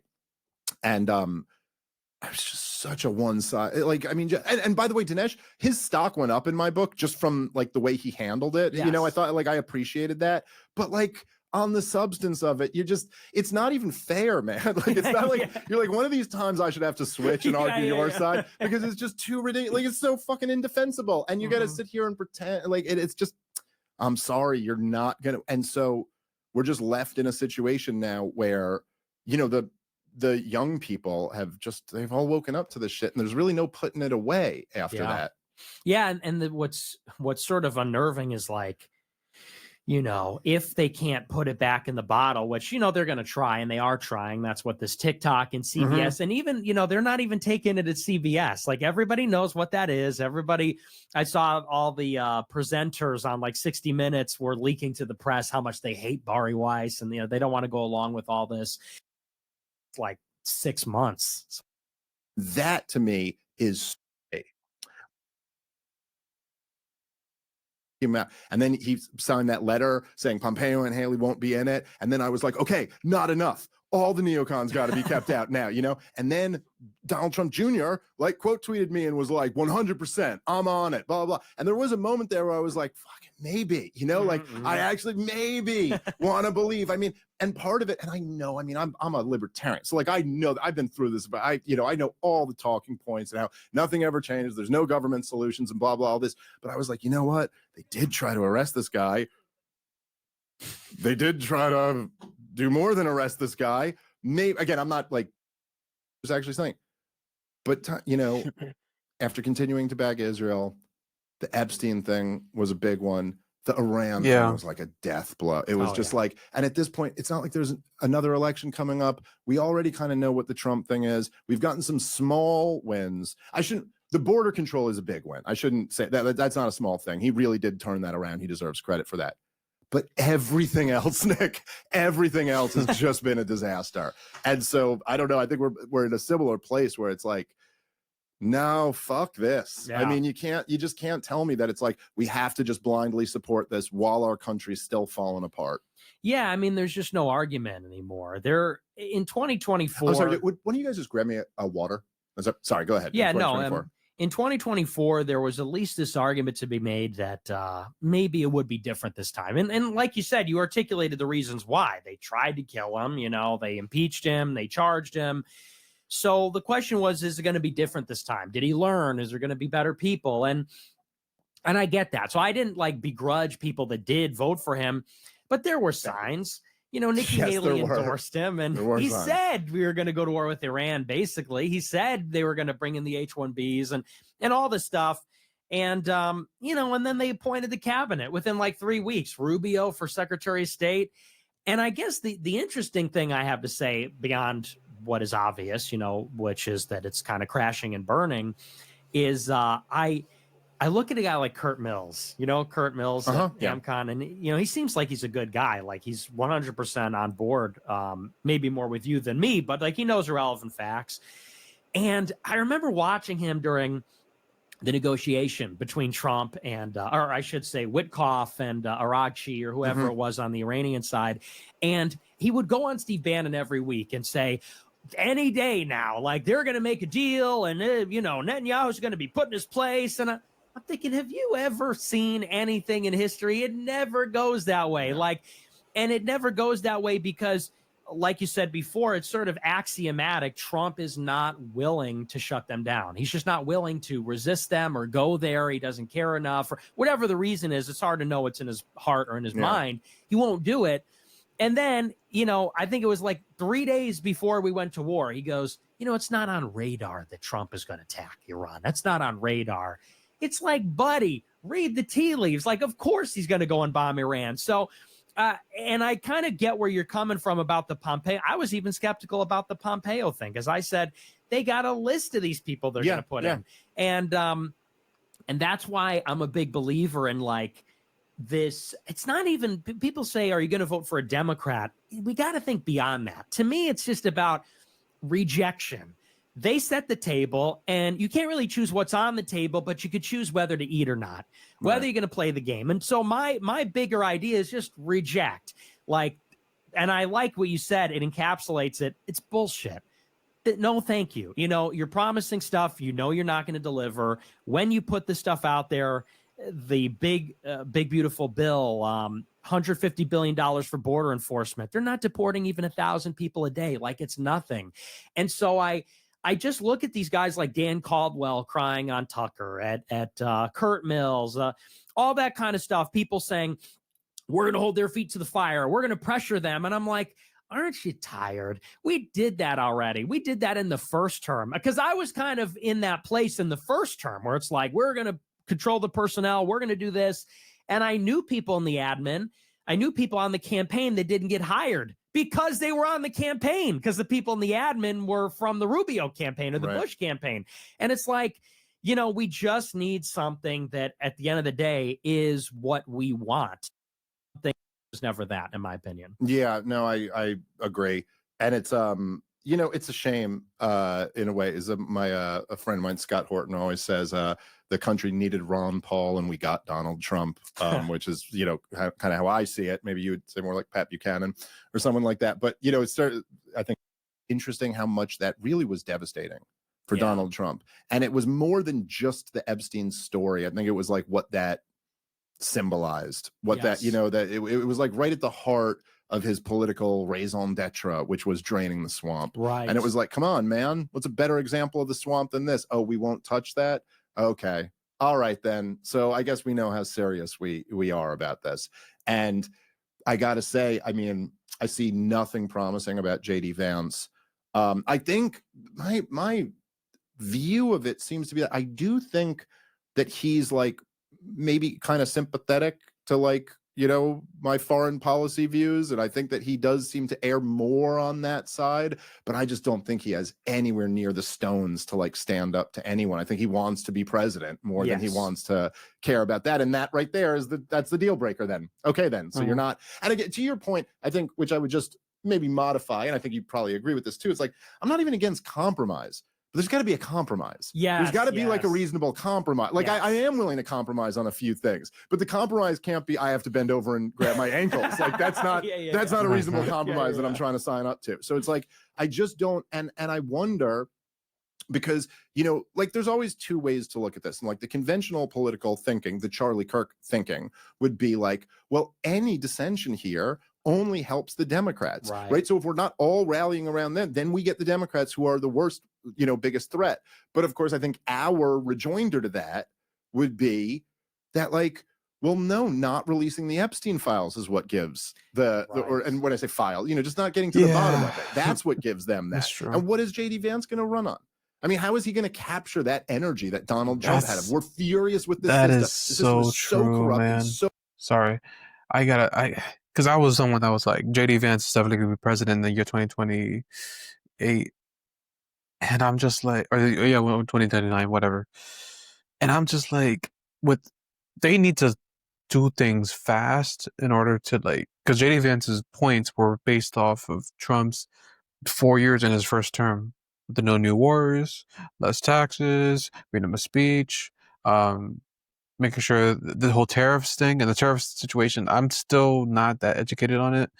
Um, it seems like the economy is booming, but it's just a struggle to find a job. Like people are struggling to like find new jobs. Everyone's just keeping whatever jobs they have right now, and um, it's. I heard that Charlie Kirk was the only one that was like telling Trump don't go to war with Iran, and I've heard mixed thing. I heard JD was kind of like hesitant on it because JD Vance, like, he was a veteran, if I can remember correctly, or the Navy. He was in the Navy, so he understands war. He understands that, the cost of lives and a lot of things. I appreciate the whole how Trump has done with the whole ICE, the immigration process. I appreciate Pete Hegseth trying to make sure that the people in the army are fit.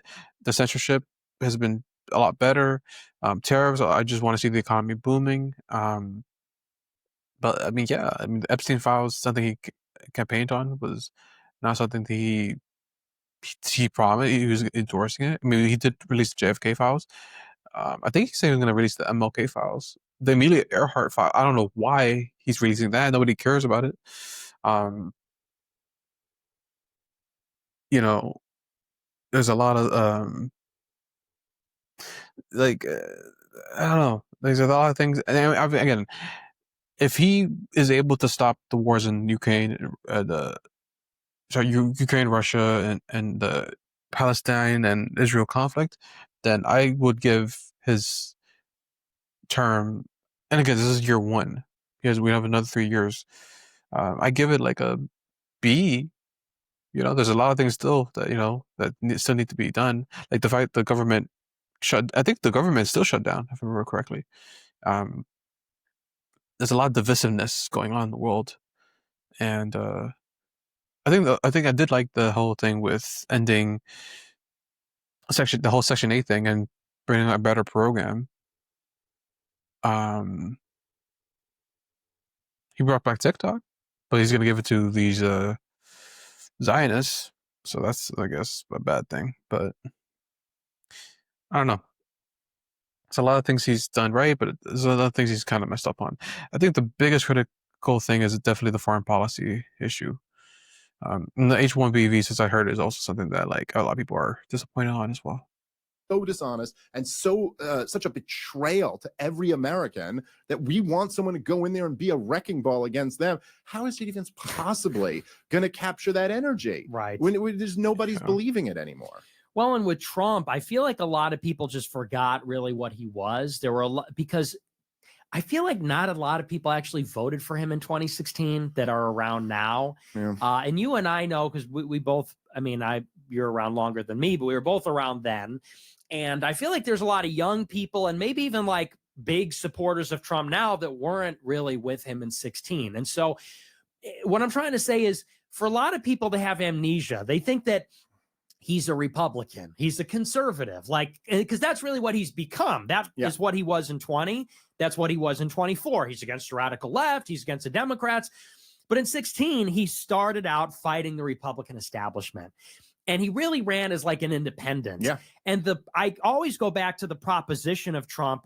This is my basis for not voting for him last year, which is not, I'm better than the Democrats, which is the minimum. You're a Republican. Well, he's better than Kamala. Okay, isn't that a given? Like, shouldn't you be? It's not that he's a conservative or anything like that. He said, the system is rigged and it's broken.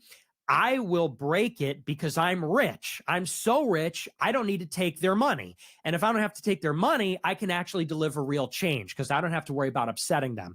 That, in a nutshell, was the premise. And that was his appeal. He would go up on the stage and, like, you watch this now and you're like, where's this guy? That famous clip where he goes, they're booing him. And he goes, that's all donors in the audience. So I don't great. want their money. I don't need their money. And everyone resonated, right, left, and center, said, yeah, fuck the system. That's true. They're bought off. That's why nothing ever changes. He's rich. They can't buy him. That was the idea. Obviously wasn't true. Then now in 24, when he got 200 billion or 200 million from Tim Mellon and from Elon Musk and Ken Griffin and Mark Andreessen, the usual suspects. And with JD Vance, like you said, it's just even worse. It's disgusting that anyone's even considering voting for him, to me, because it's like, at least Trump had kind of a claim to be that guy because he was this like bombastic billionaire from the private sector. Vance is like your prototypical political artifact, like a creation in a lab, like fake career, fake name, fake book, patrons in the CIA. Like, he's a nerd. He's not even really that conservative, you know, the fake conversion. Maybe he's a real convert, but it seems too convenient. Like, he's everything that Trump ran against. He's like Jeb Bush. He was calling Trump a Nazi and voted for McMullen, and it was a never Trumper. So, and I'm just unloading my case against him, but it's like they could not be more different. So to your point, how are you going to sell that? I don't know how any MAGA person is buying it, but I think they will. And there's another thing where, like, you know, the I see vice his point. presidency, you know, the role, it's an interesting job because there's really.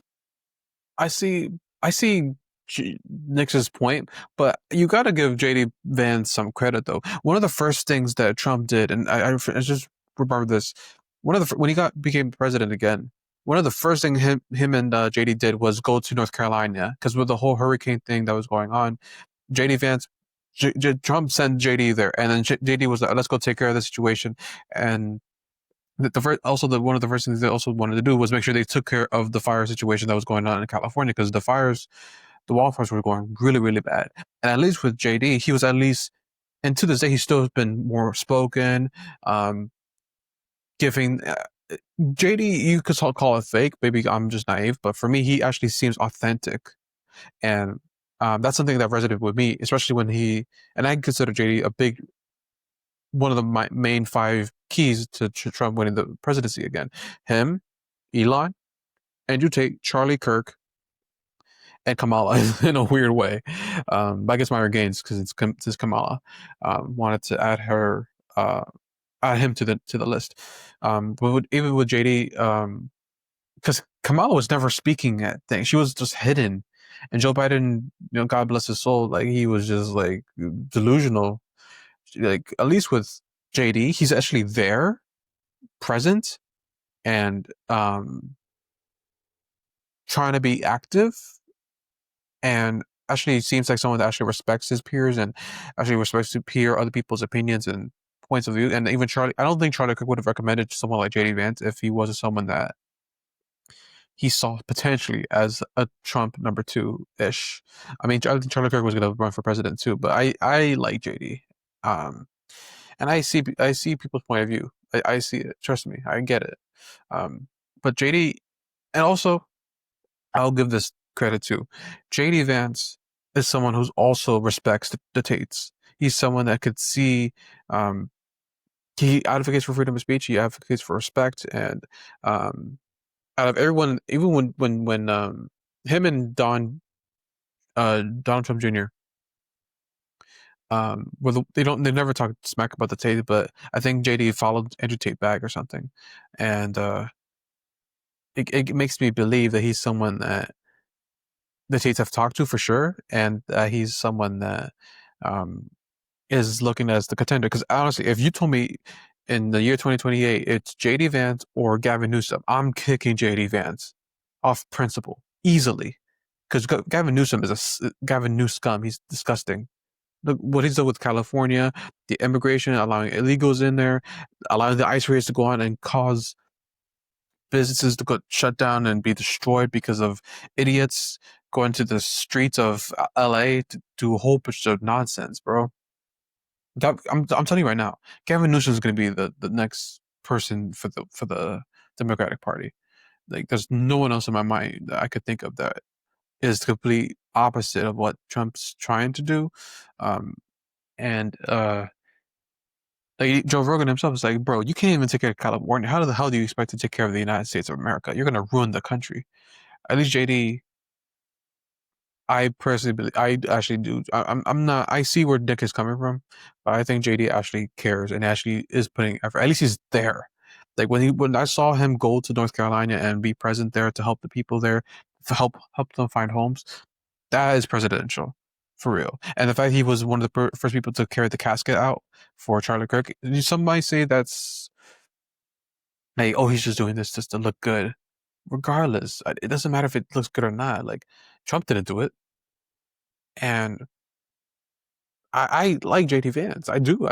He seems relatable, and you might like someone, but like that it may not be potentially good as a president. But I personally, I think that JD has a good heart. And he's definitely got leadership qualities. I mean, if you've seen his debate against, what's his name, Tim Walz? Um, yeah, sure, Tim Walz was like nothing compared to his level, but you gotta give JD props for what he's trying to do at least. And it was some things, but not even what he's trying to do, but because he's someone that is gonna stand by Trump's side, and he wants the best for his people. And like, I don't know. And the fact that he's young and he could kind of understand people on a certain level. I mean, he's not someone of these old people, because I'm tired of these people that are old, like 70, 60 years old, becoming president. It's kind of annoying. Like, what's his name? Bernie Sanders and Gavin Newsom. Like, when you see him talk, you understand why he's governor. He like that man's a smooth talker. He can get people to um be convinced so easily. Like, I could tell he's like um this guy that like shakes your hands and say, "Hey, how's the kids?" But behind your back, he'll talk smack about you and betray you. That's who Gavin Newsom is to a Not a T. job. Exactly. Mhm. But it makes you kind of like, oh, you're the next in line. But if you just remove that for a second, who would have ever thought JD Vance could carry a national election? JD Vance is not Donald Trump. Donald Trump is the most famous human being who's ever lived, who's bombastic and charismatic and just like owns a room like no other. Like really is like as a unique gift in this way. Unfortunately, all of these gifts are only for like marketing and promotion and running. Yeah, bro, like Dave, that's just like again, Trump wasn't even expected to be president back in 2016. Charisma, all that stuff. Barack Obama was charismatic. He was not that great of a president either. There's some things he did well for sure, but that don't mean anything. Like if I'm being honest, this could sound weird, but I kind of miss the goal of Trump is by far the funniest president of all time. He's the most entertaining president. He's a troll. He'd be trolling these Democrats to it, like really, really hard. But I kind of miss the days where it was a little bit classy, old school professionalism. Like, sure, it's fake, I guess, but like something about that I kind of missed it because I remember when I was young, I really wanted to be president. Obama inspired me. I wanted to run for president, and I wanted to study politics, but I'm like less than 0.1% of like people become president, and I'm not that educated as well. Like I should. There's still some things I regret. Like if I had to go back in time, I probably would have went to study business or economics or something in politics. Something. I don't know what would you study for that. That's how much knowledge I don't even know. Well, let me look that up real quick. What would you study if you were to study politics? Let me see who's someone that's Barack Obama was, because I think Obama studied law. Let me check. Let's just use Barack Obama as another example. That was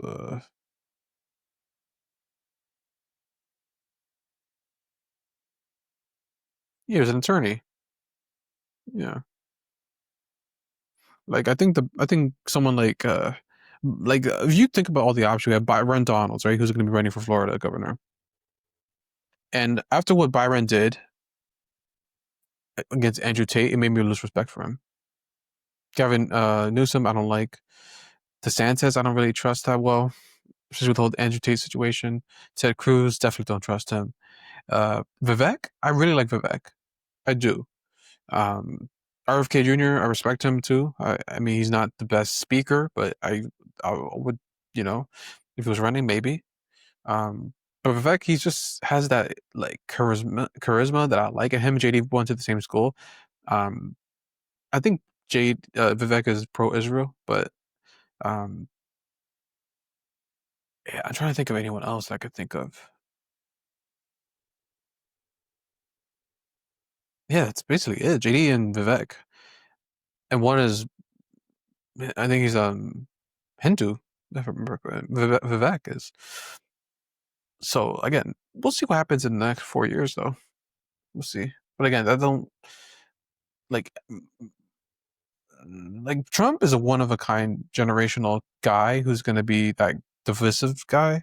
But I kind of miss the days where it was just like I want it back to be normal. That's why I would when I voted for well, this guy I'm gonna hate for this. When I voted for Joe Biden back in 2020, I was like, okay, we're gonna get things back to normal because Trump was so divisive back then, especially during COVID. Oh my God, uh, so many things happened during Trump's 4 years, first 4 years that I didn't. The media portrayed it in such a negative light, and I was like, Jesus, because the George Floyd thing, and then COVID, and it was such a bad year. 2020 was such a cooked year, and I was just so over it, and I'm just, and I didn't realize like certain things, like the no new wars, and the economy was booming back then. And one of the main reasons why I voted for Biden was because of the whole student loan thing, and it kind of backfired, if I'm being honest. I mean, we'll see, but that was one of the main things, and it seemed like, and I liked Obama, or I thought I liked Obama, so I was like, okay, Biden seems like we're gonna go back to normalcy, and by nothing even close, Running nothing for that. It's close to not that. like he's not there. He has no Right. governing, ability at all. But like JD Vance doesn't have that. He doesn't have that factor, the Hitler aura, as you would describe it. You know what I mean? But like he just, and so it's you're just looking at this and you go, so look, if you're telling me that like the radical left Democrats are the real threat, which granted they are, it's like it seems like we're staring at them having a chance. Now, I guess the only thing, and again, this is an interesting dynamic, one that I've never really seen before in my lifetime, is where you see when Donald Trump's support like plummets, it doesn't seem to give any boost to the Democrats, who are still kind of just like in the tank. And I think part of that is just because they failed so miserably over the last few years. But I do think, like, to your broader point, and I'm not even like saying 100% one way or the other, but it's something that like I think people who are dissidents, broadly speaking, of this system and are in opposition to the current regime need to think about a lot. Because yeah, like if our vote isn't a given, our support isn't a given, then it has to be worked for, and also that things aren't always so clear, like you could say Kamala Harris would have been worse than Donald Trump. Now, in this particular example, just on the border security, probably we're better off, all things considered, with Donald Trump. But at the same time, in a lot of ways, I think you could argue for right-wing America, it was better that Joe Biden won the 2020 election. Yes. Like things improved in a way that you really could not have imagined them improving under Donald Trump. And I mean, culturally speaking, like even after Donald Trump won in 2016, the culture didn't swing to the right. The culture swung even further to the left. The culture only started swinging back to the right when Joe Biden was in. It actually was easier when there was a brain dead president who represented the Democratic Party. And we had the wins, in Twitter and the stuff I was talking about with like Target and Bud Light and all this stuff.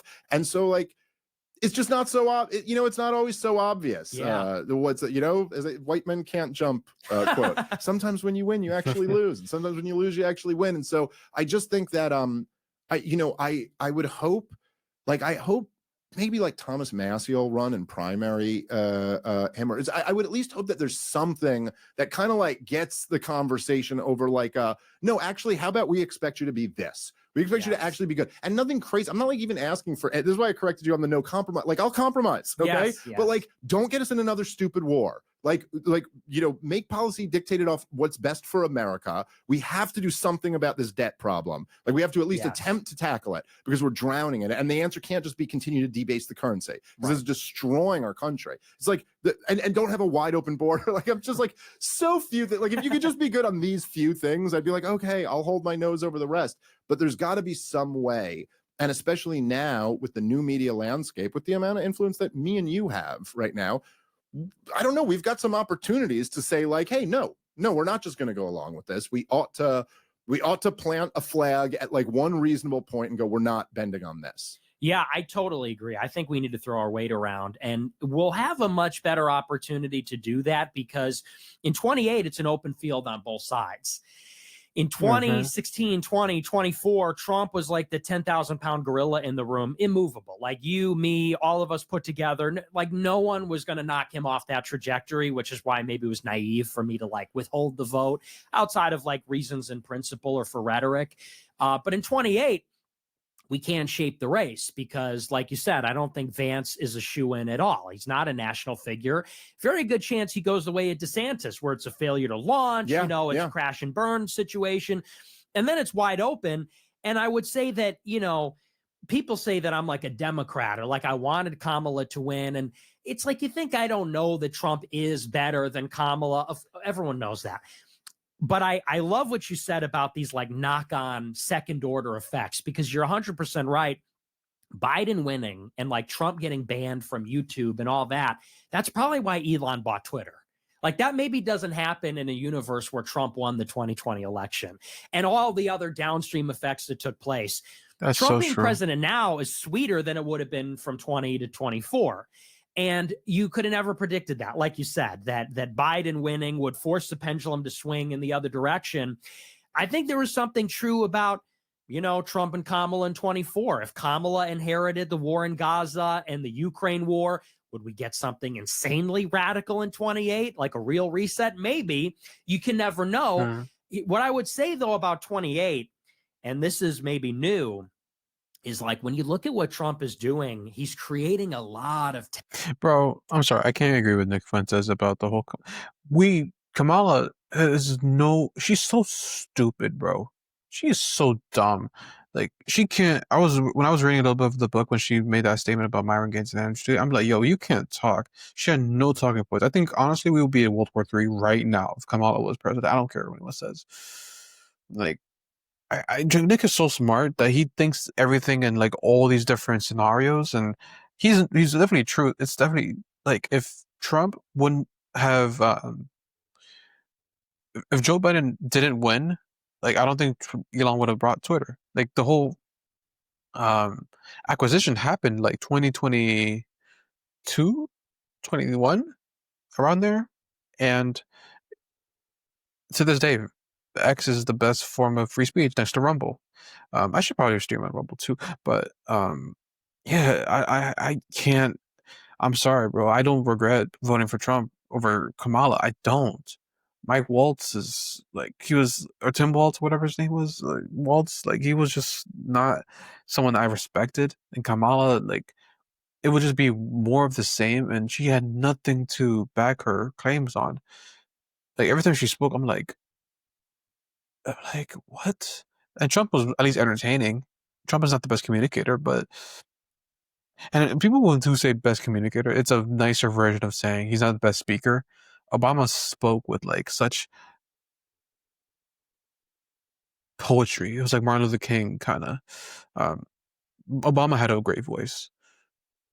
And JD has a good voice too. Decent. He's not like the most vocal, but like I miss those days. I like good speakers when I have someone I'm gonna be voting for. But Trump had policies that he was the Epstein files and freedom of speech, and the lack of censorship was one of the biggest things that made me want to vote for Trump, along with the no new wars and trying to fix it. I feel like if once, and I believe it's going to happen, the whole Gaza and Ukraine situation, I think that's all going to be resolved soon. I have faith that that's going to be resolved. Because Trump is a man of legacy. He wants people to um, give him credit, and he'll do whatever it takes. It's not, maybe not be this year, but sometime in these 4 years, he's gonna end that Ukraine and Russia situation, along with the Gaza and Israel conflict as well. Tension right I now. truly believe it. The ICE raids, the militarization of law enforcement,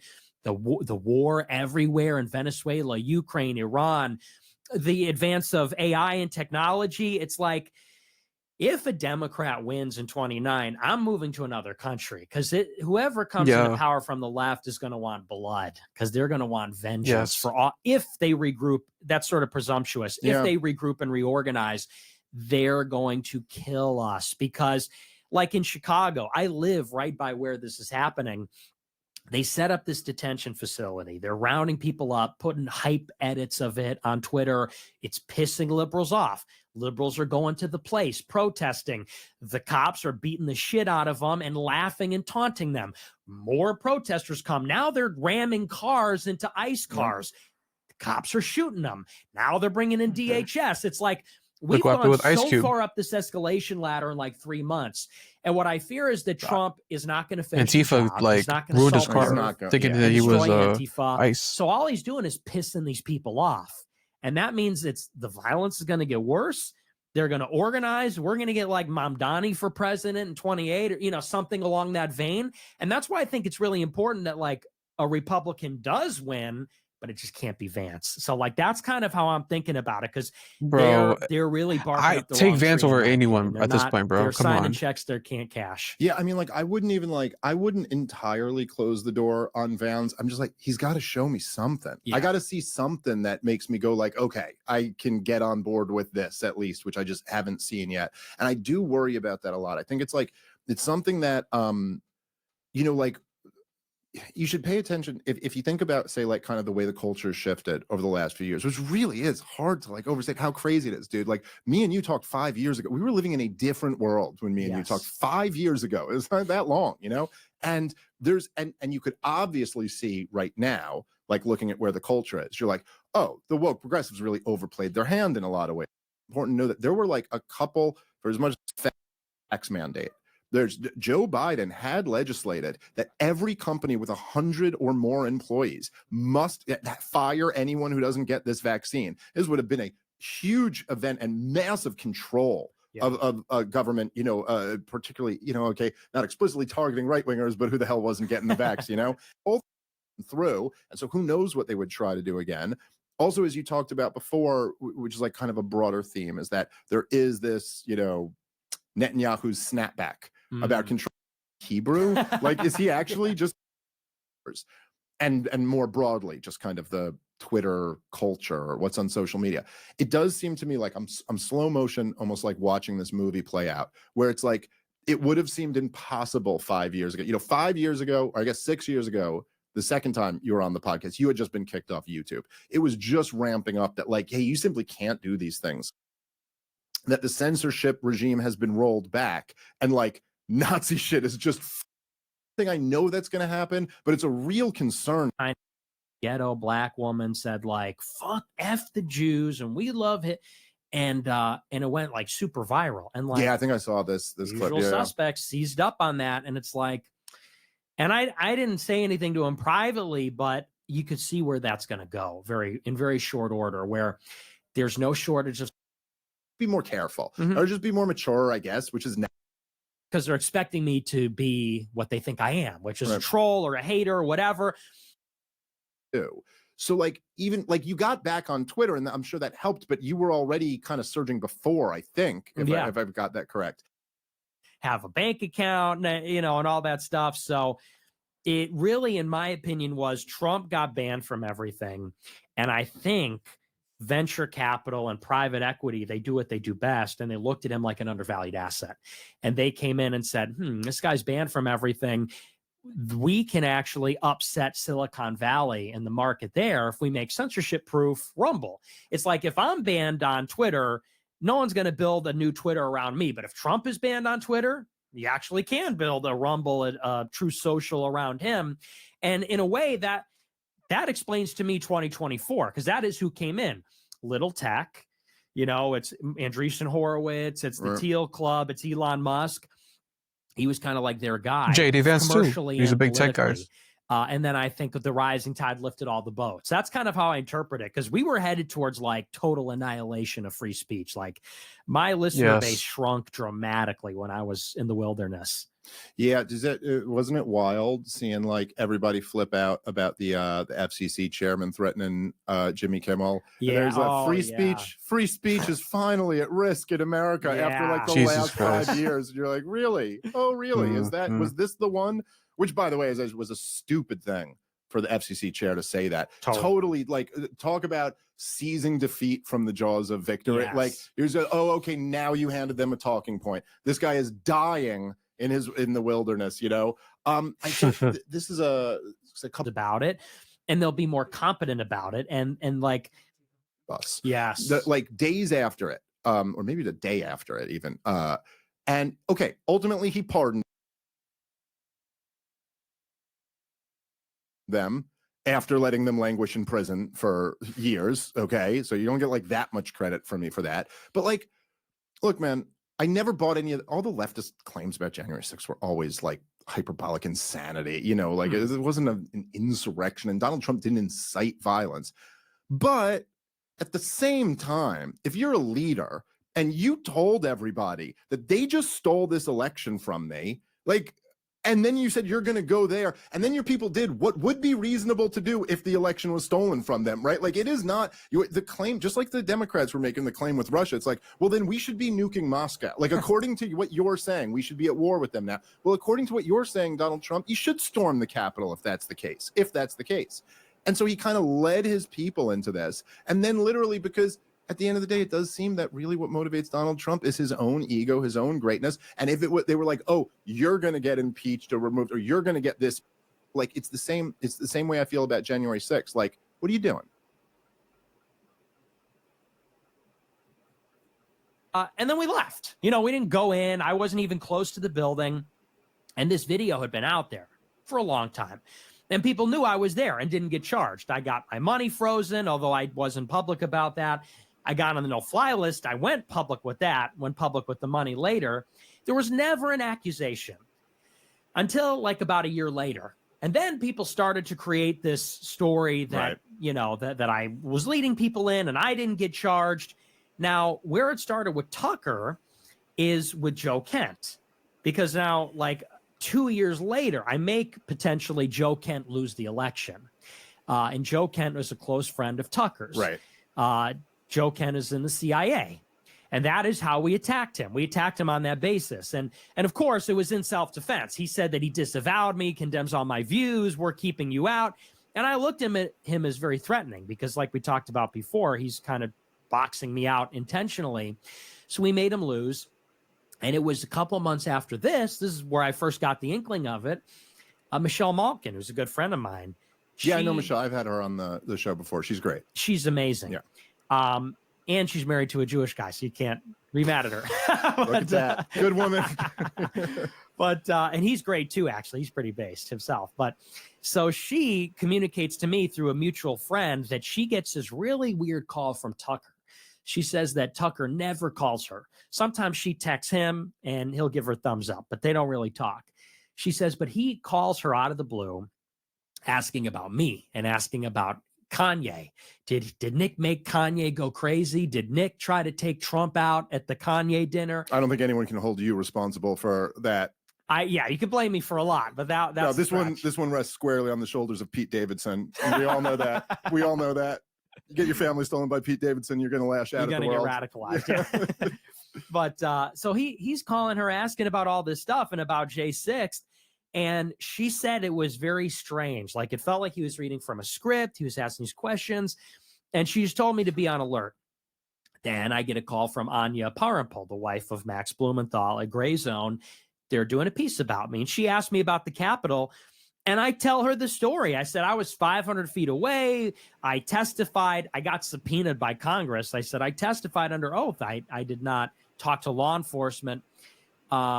She publishes this 3-part hit piece about me saying that I'm basically what Tucker said, that I'm here to make America First look bad, that I'm a Fed, that I made Joe Kent lose. The only reason I made Joe Kent lose is because I'm a Fed trying to whatever. And so I do a big stream reviewing the hit piece and debunking basically the whole thing. Then I get a call from Bryson Gray, the MAGA rapper. Now he's a Christian rapper. He's working for a company called Influenceable, which they pay influencers to push social media campaigns. He goes, my wife just got a new campaign from Influenceable. They're paying people money to post the link to this article with the hashtag Fed Fuentes. And there's like a whole spreadsheet. It said, or a whole like readout. It said the campaign is Fed Fuentes. Post the link to this article and say these things, and you get paid. And someone posted it, this like state representative in New York. I forget his name a long time ago, but he was the only one who had posted it. I put them on blast. Influenceable calls me up. Please stop talking about us. We will take it down. We promise. Everyone's trying to broker this big truce. Huh. That's how, because I was pro Tucker. I was a big fan up until that point. And I said, so clearly, because him and Blumenthal are tight, he was fishing because he knew Michelle for this story. Blumenthal's wife wrote it, and that was like a coordinated hit job in retaliation for their buddy Joe Kent, who lost. And anyway, so that's kind of where the rivalry started. And by the way, I know for a fact that at a recent dinner, Tucker, even before he talked shit about me in July, he was pushing that script to anyone who would listen, to other e-celebrities, to students, saying, yeah, Nick is this gay kid, he's trans, and he's a Fed, and he's here to make us look bad. So this was in private, and he was kind of suggesting that on his show, and then he explicitly said it this summer. Well, I guess he implied it with me, because I heard people on Twitter saying this. So it was, which I think I don't remember exactly the details of this, but I think you had said something that pissed me off. Whatever, it's water under the bridge. But I think you had said something that pissed me off, and so I just didn't respond to it. And just like the way people were coming at me was like a little disrespectful. So I was like, "Fuck you! I don't have to answer this." But he said when I was on the show something like we were talking about Ray Epps. And then he was like, there's someone else who was on camera and says, and he kind of put the words in my mouth. He went, as I'm sure you know. Yeah. And I did not even pick up on that until like people were showing me the clip of it. And I certainly never thought he was talking about you. And he never said anything to me about that. But then, of course, right, I did see with Candace where he did explicitly say it. And I think, I guess, I think, I guess maybe the thing about it is that it does seem, just on the surface of it, and I'm not accusing you of being a Fed at all. Like, I don't think you're a Fed.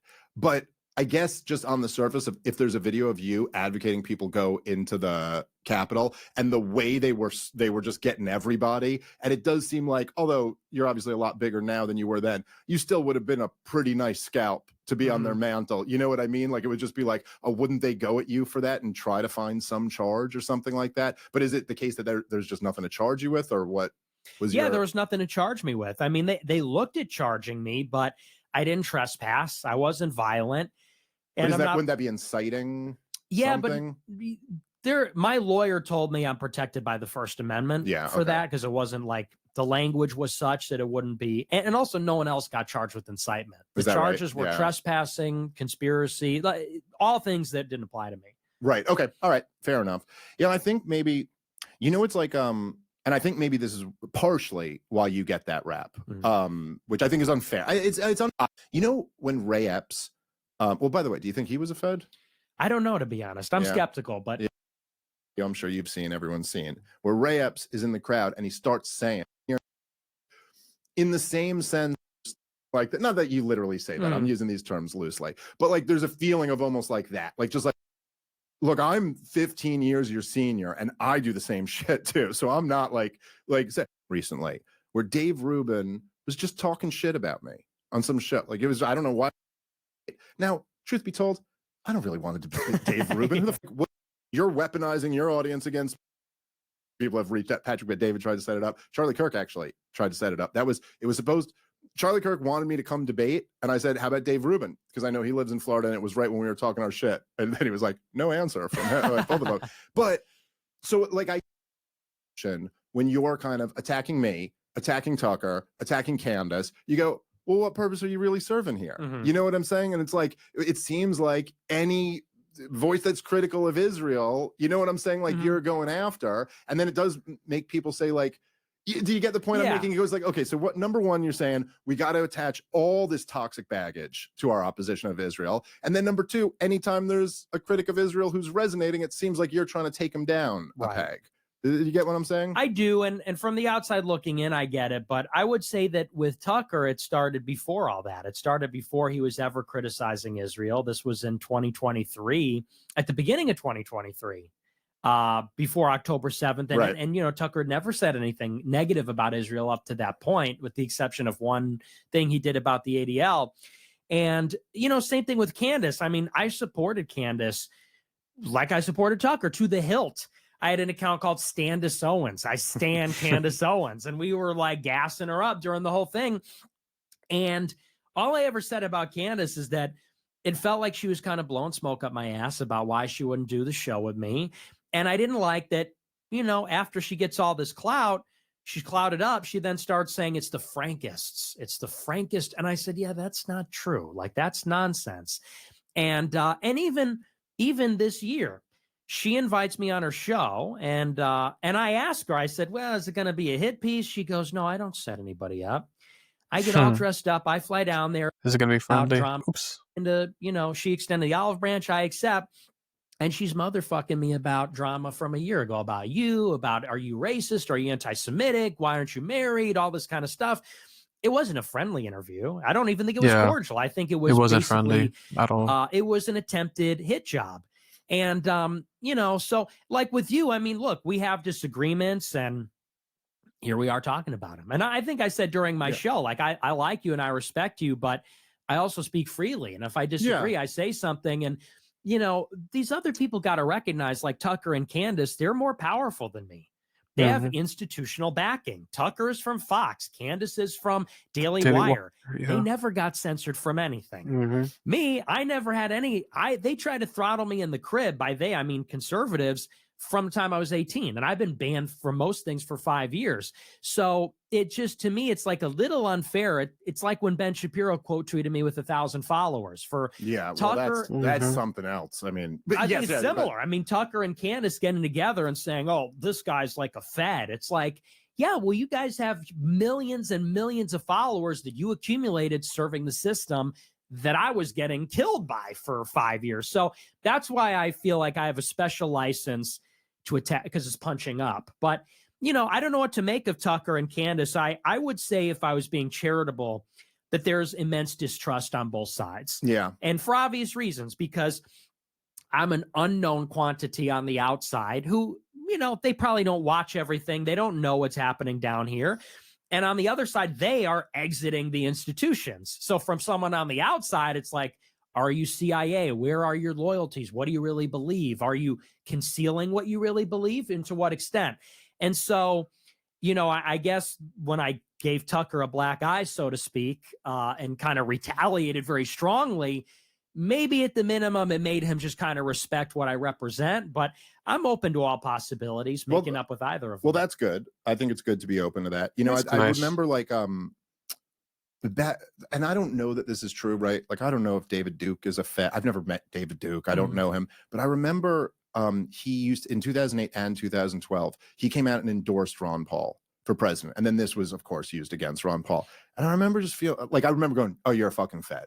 Because like, if you're not a Fed, then fucking don't endorse Ron Paul. Like, what are you doing? Do you hate him? Like, this would only make sense. Like, if you, and so I think there's just something, and I'm saying, like, from the perspective of Tucker Carlson, who is in a different generation and a different time and a different, I think there might be something of that where it's like, dude, this looks, you know what I'm saying? Like, to me, like that.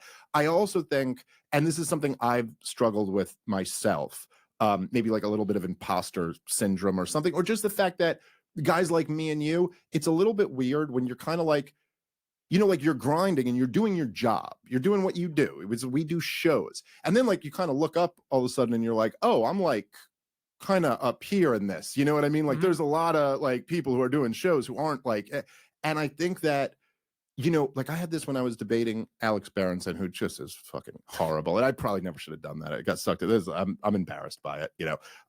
But I mean, you know, whatever. It's just it's like the same thing I think you have sometimes. Like, whereas like there's got to be a price tag to this. Like you can't be allowed to just shit talk me like this, you know, like especially when, and for whatever reason, maybe there's something about me, my personality, but I'm much more offended by someone calling me a Holocaust denier than I am by someone being a Holocaust denier, if that makes sense. Because it's just like a fucking dirty trick to try to get me with. And there is, I mean, we didn't get it. We could talk a little about the Holocaust if you want before we end, but like there isn't, like, I do believe the Holocaust happened. I do have family who's suffered in it. I also, like I said before, don't believe that that should be like, that suffering should be imposed on everybody else. And I don't think it makes sense that everyone ought to be going to our museum or something. Like I find that to be weird, but to claim that I'm denying that is like a real fucked up thing. And in my mind, I was like, you work for the New York Times, dude. You pinned this to your Twitter, like this accusation of me. But then I kind of noticed as we were debating that, like, in my mind, I'm like, dude, you're the fucking New York Times guy. I'm some comedian. Right. And he's like, dude, you're Dave Smith. I'm just Alex Berenson. Like, he kind of had that. Yeah. Like, he didn't exactly say that, but I almost started to realize that it's like, oh, yeah, I guess I kind of got to, like, recalibrate in a way. And I would just suggest, just humbly suggest that, like, while you view it as, like, Tucker and Candace are up here and I'm just this guy down here, even the guys at the top, as I've gotten to meet them, they're also just people. And they also just, like, even that when you're, like, when you're talking shit on your live stream, you're like, I don't know, I'm a fucking kid in my basement talking shit on my live stream. But actually, like, maybe they heard some of that shit, you know, and like actually, and they look at it much more of like a parody relationship. Like I know, like I just know that you, and I don't, this is nothing that Tucker ever told me. I'm literally just speculating. But like you went at Tucker pretty hard. I remember after the 2020 election. Yeah. When he was basically saying, I have not seen any evidence that this thing was stolen. And to be fair, like, you know, you went at him in a pretty harsh way. And so I'm just saying, things like that, like I think guys like me and you often feel like, well, who the fuck am I? I'm just some guy talking shit. Whereas like people see more than you think, and they are aware of it. That's fair. Saying. Well, and I get that, but with Tucker in particular, the Fed, if he came out and said, I don't like that kid, that's different than saying he's a Fed. Agreed. And he said, I know that. And it's like, but I'm me, and I know that's not true. So how can you know something that's not true? Like, and people don't have to believe me, but I know what I know, and Tucker knows what he knows. And I've been accused of being a Fed by several people, that I'm here to ruin libertarianism and here to do all this. It's an amusement. And of course, I've been accused of being on Qatar's payroll, which is like, when do they start sending the money? I have no idea. I'm doing everything. Like, I mean, come on, guys. So yeah, no, I get, look, and obviously that's license for you to respond, more than license for you to respond. So I understand that. I couldn't, like, obviously I love Tucker and I love Candace. They've just both been very good to me, but I could never tell you like, oh, you shouldn't go back. And then in fact, as I was watching it, I was like, well, Nick Fuentes is gonna go to work here, because also like that's kind of, you know,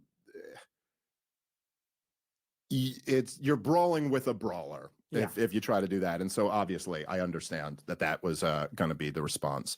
I guess from my perspective, because like even what you're saying with Candace with the Frankists and stuff, like, you know, or the Brigitte Macron stuff, you know, like with a lot of this stuff, I try to be somewhat fair. Like, I try not just to dismiss a conspiracy because it sounds crazy, because like, hey, I know there's lots of crazy conspiracies that are in fact true, but at the same time, like I said to you before, it's like I'm just always 10 books behind. I'm always there's people I love reading them who have just put out books I still haven't gotten to. Like I still haven't read Jim Bovart's new book, and I want to, but it's just so much shit to fuck around. And you're like, I can't even follow you down this conspiracy rabbit hole to debunk it. You know what I mean? Like I just can't. But I would say that, you know, me personally, I would have rather Candace was just the chick who worked at Daily Wire and was like, I cannot support the slaughter of innocent people. Like I loved that she was like, I just had a baby and I'm sorry, I'm not going to support this shit. I thought it was so, and to have a Daily Wire employee take that stance at the Daily Wire, and then to find out that in fact feelings do care about your facts, you know, and that she got, like, I just thought that was so valuable. And Tucker Carlson, to me, I mean, and I think you could appreciate this too, right? If you just like remove yourself from it in your personal issue, it's like, dude, our Bill O'Reilly is Tucker Carlson. that is so fucking awesome. Like that is so much better than having Bill O'Reilly. You know what I mean? And so like, and I think you would grant that like, that's fucking awesome. Like it is, they are important voices. I would just hope you would kind of, like all of us have to do to some degree, is like try our best to remove our own personal thing. Like you slighted me and go, look, what are we trying to do here?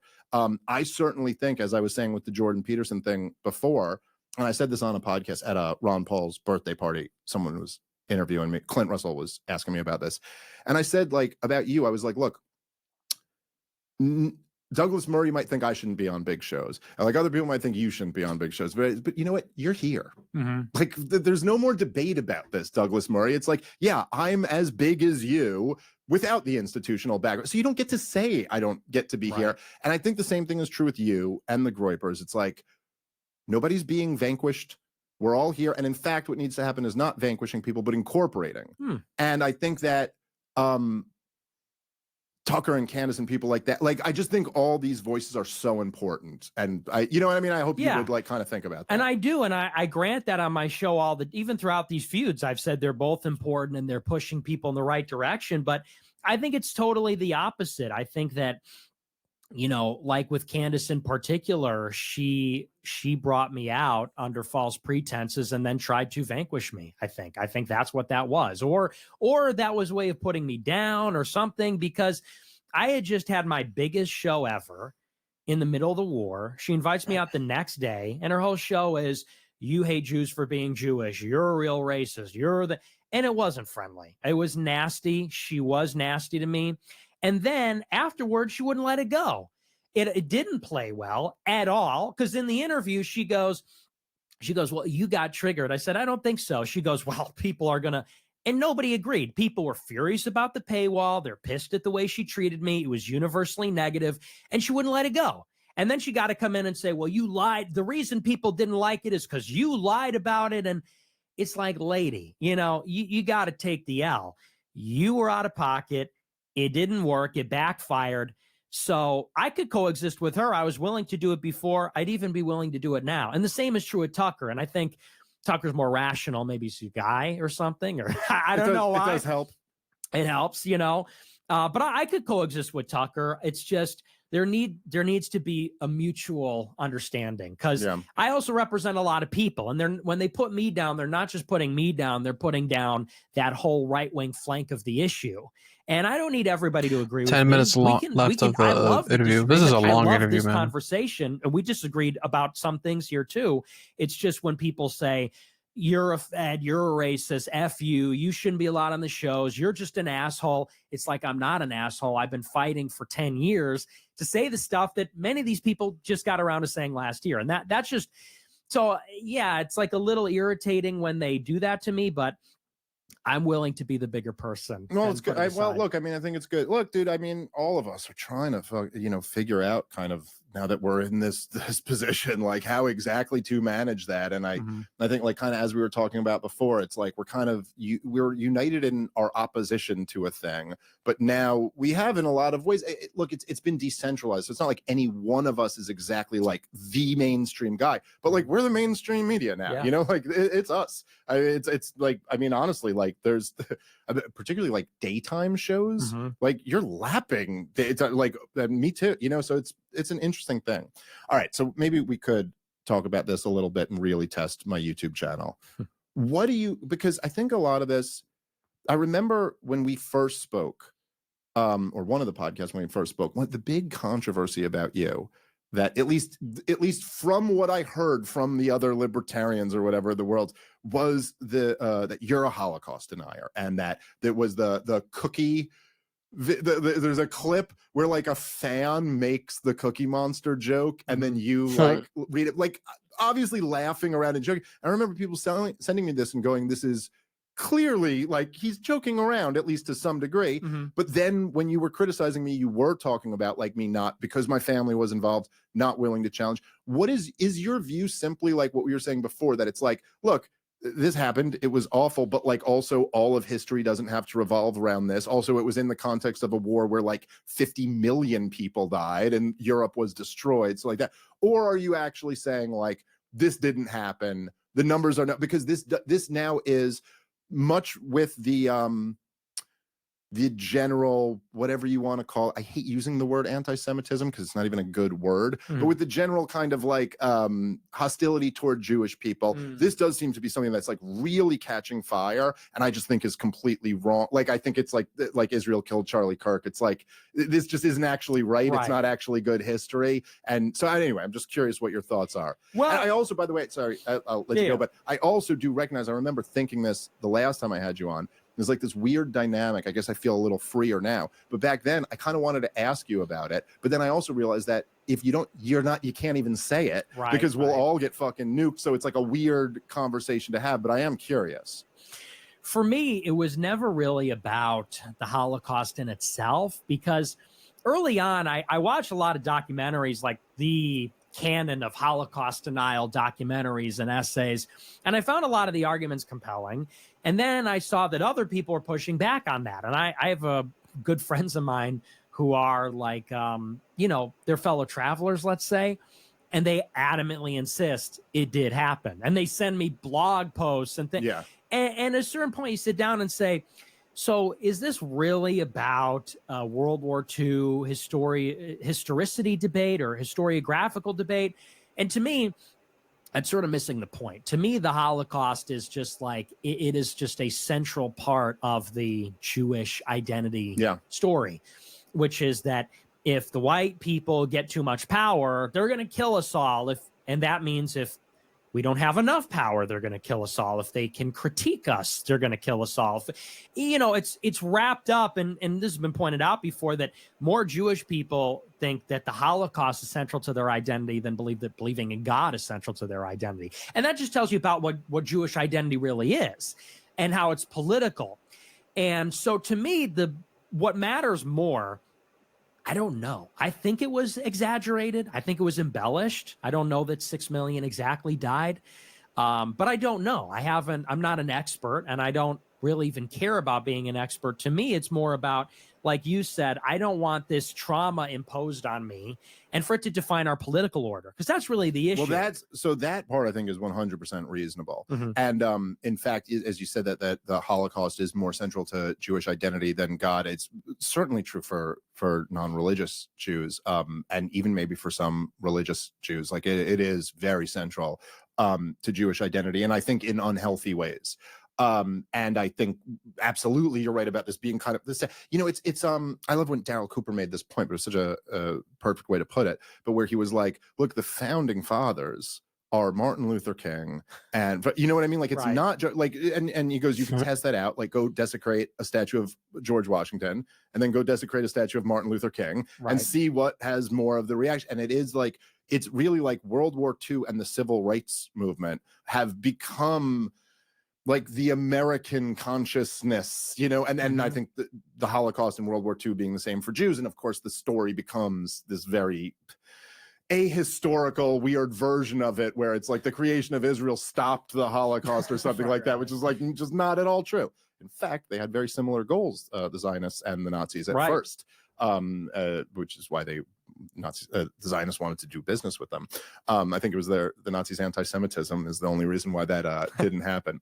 But I do think it's like, and I mean, I've been down this rabbit hole a bit, but it's like, I really don't actually think it's that exaggerated. I mean, it's probably not 6 million to the person, but like, I think even David Irving, I think he put it at between 4 and 5, like, and that was like on the low end estimate. And even as 4 or 5, it's like, what are we even fucking talking about here? It's all the same thing.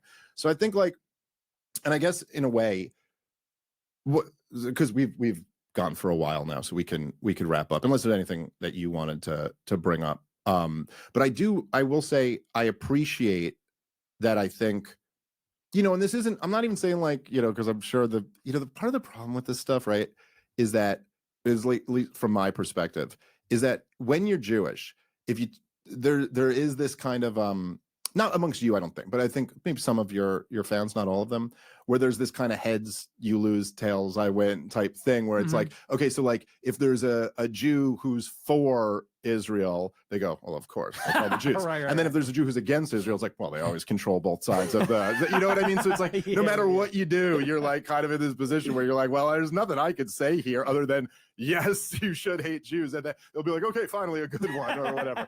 But I do. How old are you? that you're like, I'm not. I think like that's where you were talking about how like a Christian just can't support killing people like this, and you were and you killing them over there, and I just thought this is the one who cares about this, and I kind of think. Like I would just hope that that's in, you know what I mean? Like that you continue kind of to push that and all that stuff. I will say I really, really appreciate you coming out and traveling for this. I know it took us it's hard. We're both busy, and so it's hard to schedule these things. Really, really enjoyed this conversation. I hope we do it again soon. Me too, absolutely. And thanks for having me. And I will say, just to kind of close it off, you know, what I love honesty. I like people that care about the country. I love people. And I think as long as that's the agreement, there won't be war. You know, there won't be violence, and we can talk and we can get along. And that's really what it's about. So I enjoyed the conversation as well. So I'd be happy to do it again. All right. Maybe on my show. Oh, sure thing. All right. Everybody, thank you for listening. Catch you next time. All right. Awesome interview. Shout out to Dave Smith for allowing Nick on. Much respect to both of them. And yeah, the only thing I don't agree is about the whole JD Vance thing. But again, we'll see what happens in the year 2028. But thank you guys so much for watching. Be sure to subscribe and let me know what you guys feel. And also breaking news as well. They announced that both Hamas and Israel have agreed to the first stage of the peace agreement. So they're going to be releasing both hostages within the next 48 hours. So praying for peace within the Middle East. I just posted it on my Instagram story. Yeah, if Trump can end this again with Gaza, Israel, and Ukraine, Russia, then he's gonna, like, that's legendary. He's already ended like a whole bunch of wars already, but still, let's just pray for the Middle East.